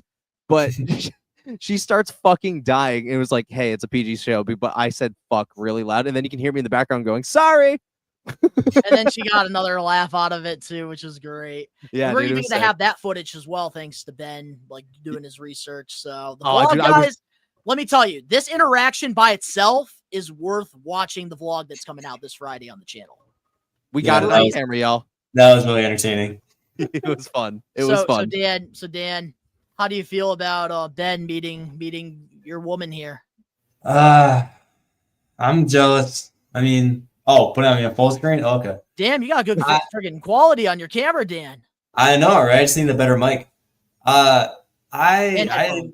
jealous. And headphones, is true, yeah. But with all due respect, Alexa Bliss is not as high on my list as some other wrestlers, but I am jealous that you got to meet. Oh shit, I thought she was like number 1 on your list. No, that's Roxanne Perez because he's always in the Spanish era. Roxanne Perez. Perez. Well, I'll make sure to meet her next year at Fanatic Fest if she's there. Facts. I will buy a red line plane ticket if that is going on. You need to, dude. It would be awesome, though. Dude, come with us next year. Let's plan it now. That was just seeing your guys' photos and pictures. We're going pictures to and videos. When they give the date, Dan, we're planning a trip. Seriously. Dude, you have to fly out for it, man. Seriously, that would be lit as fuck. It's a year from now, so you have time to like, if you really want to plan it, man. Like, absolutely. Like, I almost, it's a year from now. We're doing pretty. Donnie, we'll talk about logistics after this. Oh, of course. We'll talk about logistics. And maybe if you're there, Dan, maybe next time I wouldn't get threatened to get jumped and lose $150. So I'll see you there. I got you, Donnie. I got you. You got backup, bro. We got a bodyguard. I might as well share the story. I did say at the beginning of the show I was going to. Yeah. All right, so we all have different perspectives on the story because, remind you, this was like happening like 6 o'clock in the morning. We left super early, guys. And basically what happened was usually the main entrance to the badges were closed where you go down the stairs, but we had to basically go like around like the building.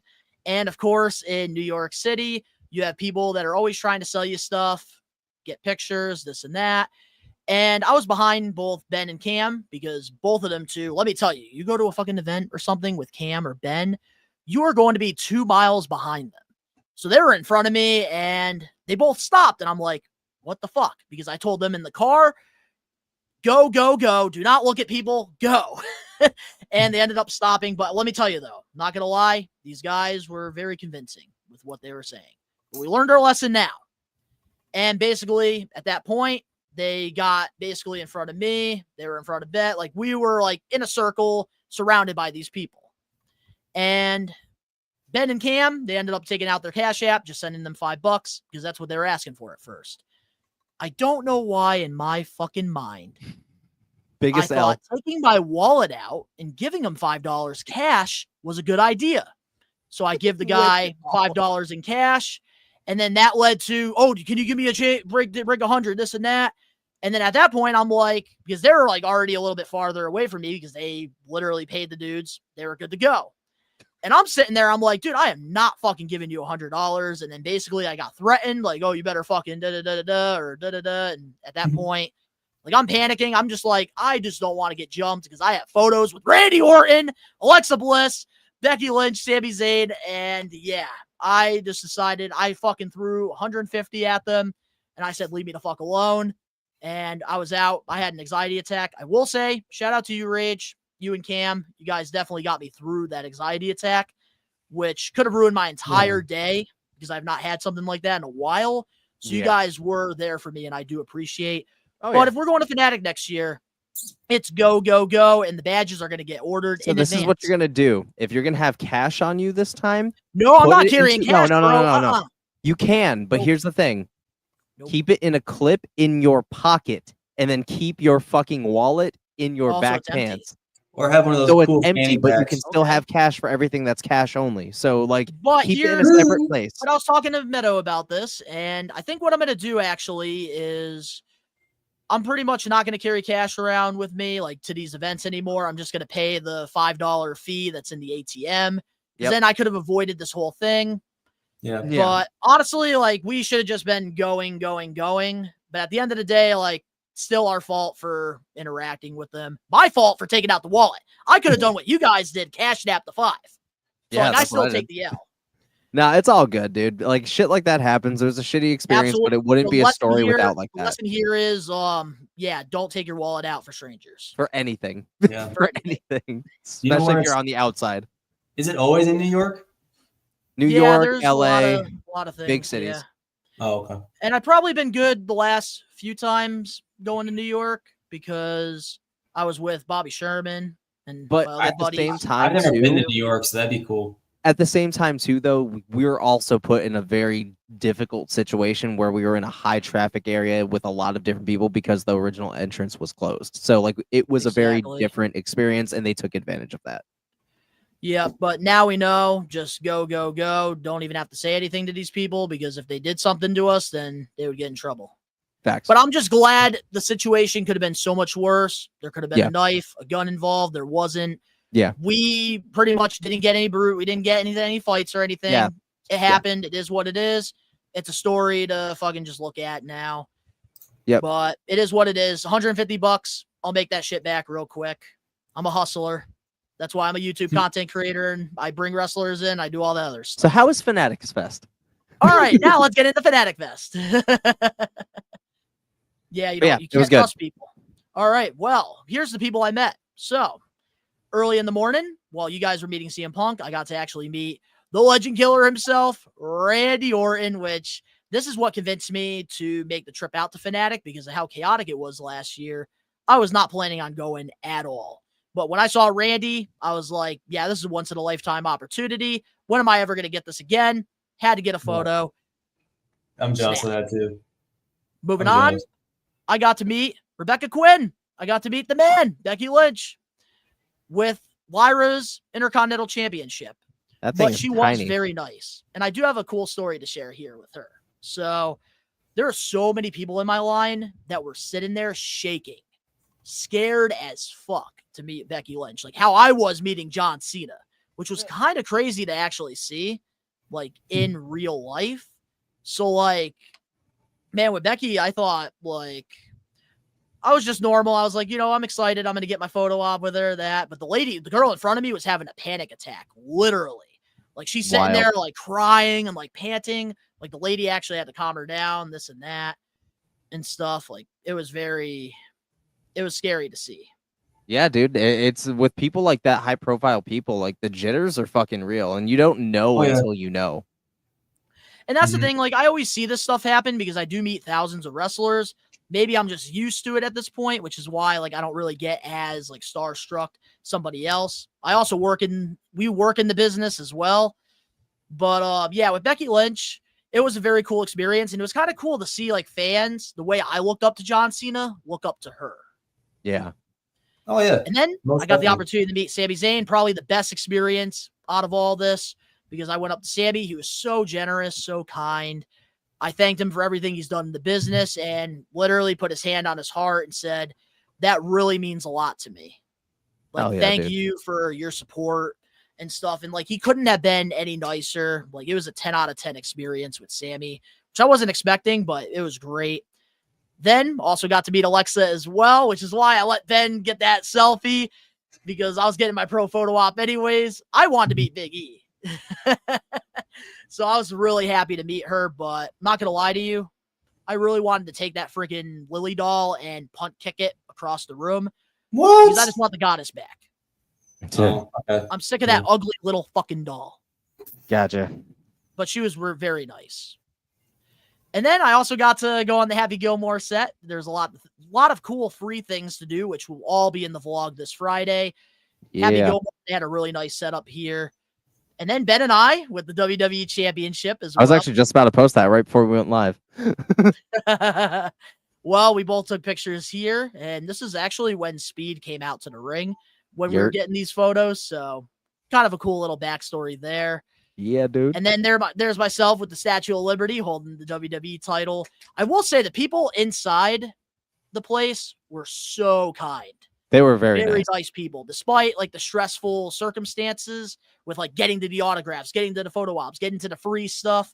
Like there's a lot of generous people that we actually got the opportunity to talk to and meet. Yeah.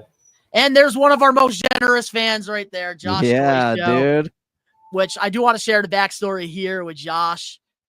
Josh has been a day one fan, and I usually see him at all of these conventions because he does live in the New York area. And I was in line actually getting my pro photo op for Alexa. And when I saw him, I knew how bad he wanted to meet Ben. I knew how bad Ben wanted to meet Josh. So I immediately text Ben. I said, dude, whatever you're doing, you better drop it right now and get down here. Yeah, I was outside smoking. It was a great moment. I felt like a proud father when you two it was amazing. I felt like Christian Gage in that moment. You meeting my son, Josh. My son, Josh. Fuck yeah, dude. Yeah, it was lit. Man, Fanatic was such a great experience. Like, if you guys are looking for something fun to do, I highly recommend coming out to Fanatic. This is not a sponsorship whatsoever. Like, it was a great time. Like, if general admission ticket costs about $60, and then with fees 70 or 80. But the thing is, unlike the Comic-Cons, there's so much free shit you actually get to do. Like, if you're into wrestling, you can come out to an entrance, which I really should have done that while I was there, but didn't have time. You can hit Logan Paul, dummy with the chair. UFC, you can get into the octagon for free. You can you can do the punching bag. Also, basketball, they do little basketball games and stuff you could do. Yeah, Football, dude, it was they lit. have the 100-yard dash. Dude. Soccer, You have to fly out, man. thing. You gotta. Incredible. I would be a little kid in the candy store, guaranteed. Oh, straight up, it's a Chuck E. Cheese. Because I saw there was NFL stuff there too, and I was going there. I would be going there for the You wrestling. can take a picture with the Lombardi Trophy. All you We Are Wrestling Maniacs out there that are watching this, all you We Are Wrestling Maniacs that are watching this, just know we are going to have a lot more fundraisers to fund a lot of the things that we are going to put away for Fanatics Fest next year. It's going to be a big one. So if you want to see us doing some outrageous shit, we'll absolutely do it for a price. Just random fundraising live streams, just random live streams to help us fundraise it. Yeah, maybe next Fanatic we'll set a goal and do something outrageous if we're doing the three days. Yeah, because I'm only gonna do one day because I want to meet Rhea, and that's my priority. That is the priority. So I will give up a lot for that. I'll go for 2 days max, but one day is my goal for at least Rhea, and then I'll spend the other 2 days in the fucking hotel and just stream and game all fucking weekend. You gotta update that. I will say this straight. There is something I will say. I will say this straight up though. This, I hope does happen. But I think our next, I know there's this will be a future goal, because we all know, if you're a loyal We Are Wrestling Maniac, you all know Alex Johnson is the biggest Liv Morgan fan out there.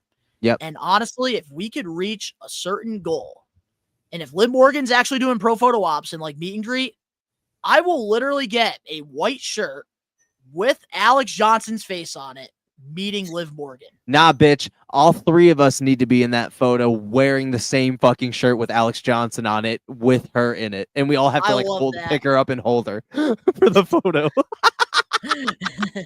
That needs to be a thing, because I want to selfishly meet her too, but I think it'd also be a fun thing from a gift from We Are Wrestling to him. I agree. Definitely agree 1,000%. And Josh, you're absolutely right. Much more organized this year. Definitely agree, because I was there last year, but it was their first one. They had to learn. And I think there are some things probably that they're going to work on that weren't good this year and do better next year. Who's Kat? What pro wrestlers would you love to meet in person that you haven't? Oh, there's a list. Donnie doesn't have a big list. You don't know, Donnie, you're exempt. You've seen mad people. This is for me and Dan. I still have people on my list. Nobody cares. You already see everybody. It's right, possible. Wait, how many people are we going? How many people are we going? One. Let's do one each, because time's a fair. thing. Yeah, we are running out of time. If I'm gonna put all my shit down on it, I'm gonna go with. Actually, you guys go first. Let me think. I don't want to wait. I don't have mine either. You go all first. All right. Donnie. Well, I'll start off. The guy that's met over 1,000 fucking wrestlers. All right. Well, definitely one of the big ones I really, really want to meet, Shawn Michaels. I have been waiting to meet Shawn Michaels forever. Him or Pick Stone another one Cold, while I'm thinking. honestly. Pick another All one. right, while I'll say another one. Kent Shamrock. I don't know why. I never met him yet. Mark. I want him to break my ankle. I don't know, man. I'll probably have to go with Randy Orton. I know you guys met him. I think Randy Orton was one of my biggest favorite wrestlers growing up, along with Stone Cold. I think Stone Cold and then Randy Orton close second. like, but very close. Female, Rhea Ripley. And male, I'm Come gonna on, I know who go you want. with. It's gonna fucking probably shock the world, but I'm gonna go with Roman Reigns. I'm surprised. I thought you were gonna say Edge, Adam Copeland. Fuck yes, him too. Him too. Fuck. Yes, I forgot him too. Fuck him too. Yeah, yeah, Edge. Oh, that's great. Like, dude, because I always just I think don't about watch that time AEW he anymore, was so he gonna doesn't exist to me right now. Yeah, He's not in your WWE universe. Dog, I never thought he was ever gonna not be. So the fact that he is kind of shocking. So I think The my only time- female, the my one female time will be Ben Lita, watched hands the down. AEW was when Adam Copeland debuted, and then after almost getting arrested, he was done watching it. yeah. Yep. Oh shit, that is My great. female wrestler will probably be Lita. Oh my. Okay. I'm just All gonna right, tip the hat, good fellow. All right, my female wrestler, I can't really think of one. I'm gonna go Liv Morgan because I really was looking forward to it. Hell yeah. Fuck it. Hell Fuck yeah. it. Hell Well, yeah. is there anything All right. else before we close off this week's That is episode? time for me at least. No, I think that was it. Yeah, I think we spoiled a lot. What's going to happen in the vlog? No, we didn't. No, Guys, no, you no, need no. to tune in Friday, Yeah, watch the Fanatic Fest vlog, and then over on my toy channel, Best One Donnie, I'm going to show off my autographed and things I picked up at Fanatic Fest. So The it'll be a haul. double video, There you go. double There you go. haul. But guys, if you enjoyed this week's episode of the We Are Wrestling podcast, make sure to smash that like button now. Also, we're going to be live this Saturday afternoon for WWE Night of Champions. So if you want to watch Ben get disappointed yet again during another WWE Eat my PLE, ass. you got to join us. We're going to be in person as well. So there's not going to be one person that's 1 second ahead of the other. So we'll be doing a live watch along for that. And then later on, we're going to get laid at Blitzkrieg Luau. And we're going to be Oh my sponsoring God. the Priscilla Kelly He's versus getting a little too Charlotte cocky with that Mason belt, match. Rage. That what? He's getting a little too cocky with that belt already. It's okay. I'll give him the good old John Cena special as a fucking as an Mwah! This achievement. title ain't for- going nowhere. So next $100 donation, guys, is Donnie's gonna get smacked upside the head with the fucking belt, John Cena style, from me. You're gonna hear the ding and everything. Well, if you're not a We Are Wrestling Maniac, get ready and you're listening to this episode, wherever you get your podcast, make sure to hit that subscribe button now and give us a 5-star review. My God, this heat is really getting to me. Holy Yeah, shit. dude. Yeah. Subscribe, give us 5-star reviews, follow up, us Danny? on all of our social media pages because it really helps us grow. Bye, And Danny. Danny Huckins, I'm sorry you're late because we're closing off the show now. Yep. Yeah, that's Well, our links down in the description box below. You can go follow myself over on my toy channel and my social media pages. You can go follow Ben over on his social media pages, and you can go over to his Twitch, which he just celebrated his 1 year, which that video should be up on his channel pretty soon. And I'm going to make him upload it this Saturday. And then Oh, yeah. Dan Eddy, you can also go to his Twitch, which I don't know if you're on there right now, but It's are you going to still be on there. there? It's still there. Yeah, I'm gonna be using it next few months at least. Hey, So- that's good. And then also, if you're a Packers fan, you can go follow him on Instagram as well and tell him that the Exactly. Packers suck. Links Or down in the TikTok. description box below. Also, I got to watch my Brooklyn Nets tonight draft, and I cannot wait. You It's the suck. first time in 25 years that we got a friggin' first round pick in the lottery. But to all the We Are Wrestling Maniacs out there worldwide, please pray that my contractors got the job done as we were recording this, and my house can get cool again. All fingers We're crossed. taking Everything over. crossed. We're out of time. Yep. Peace.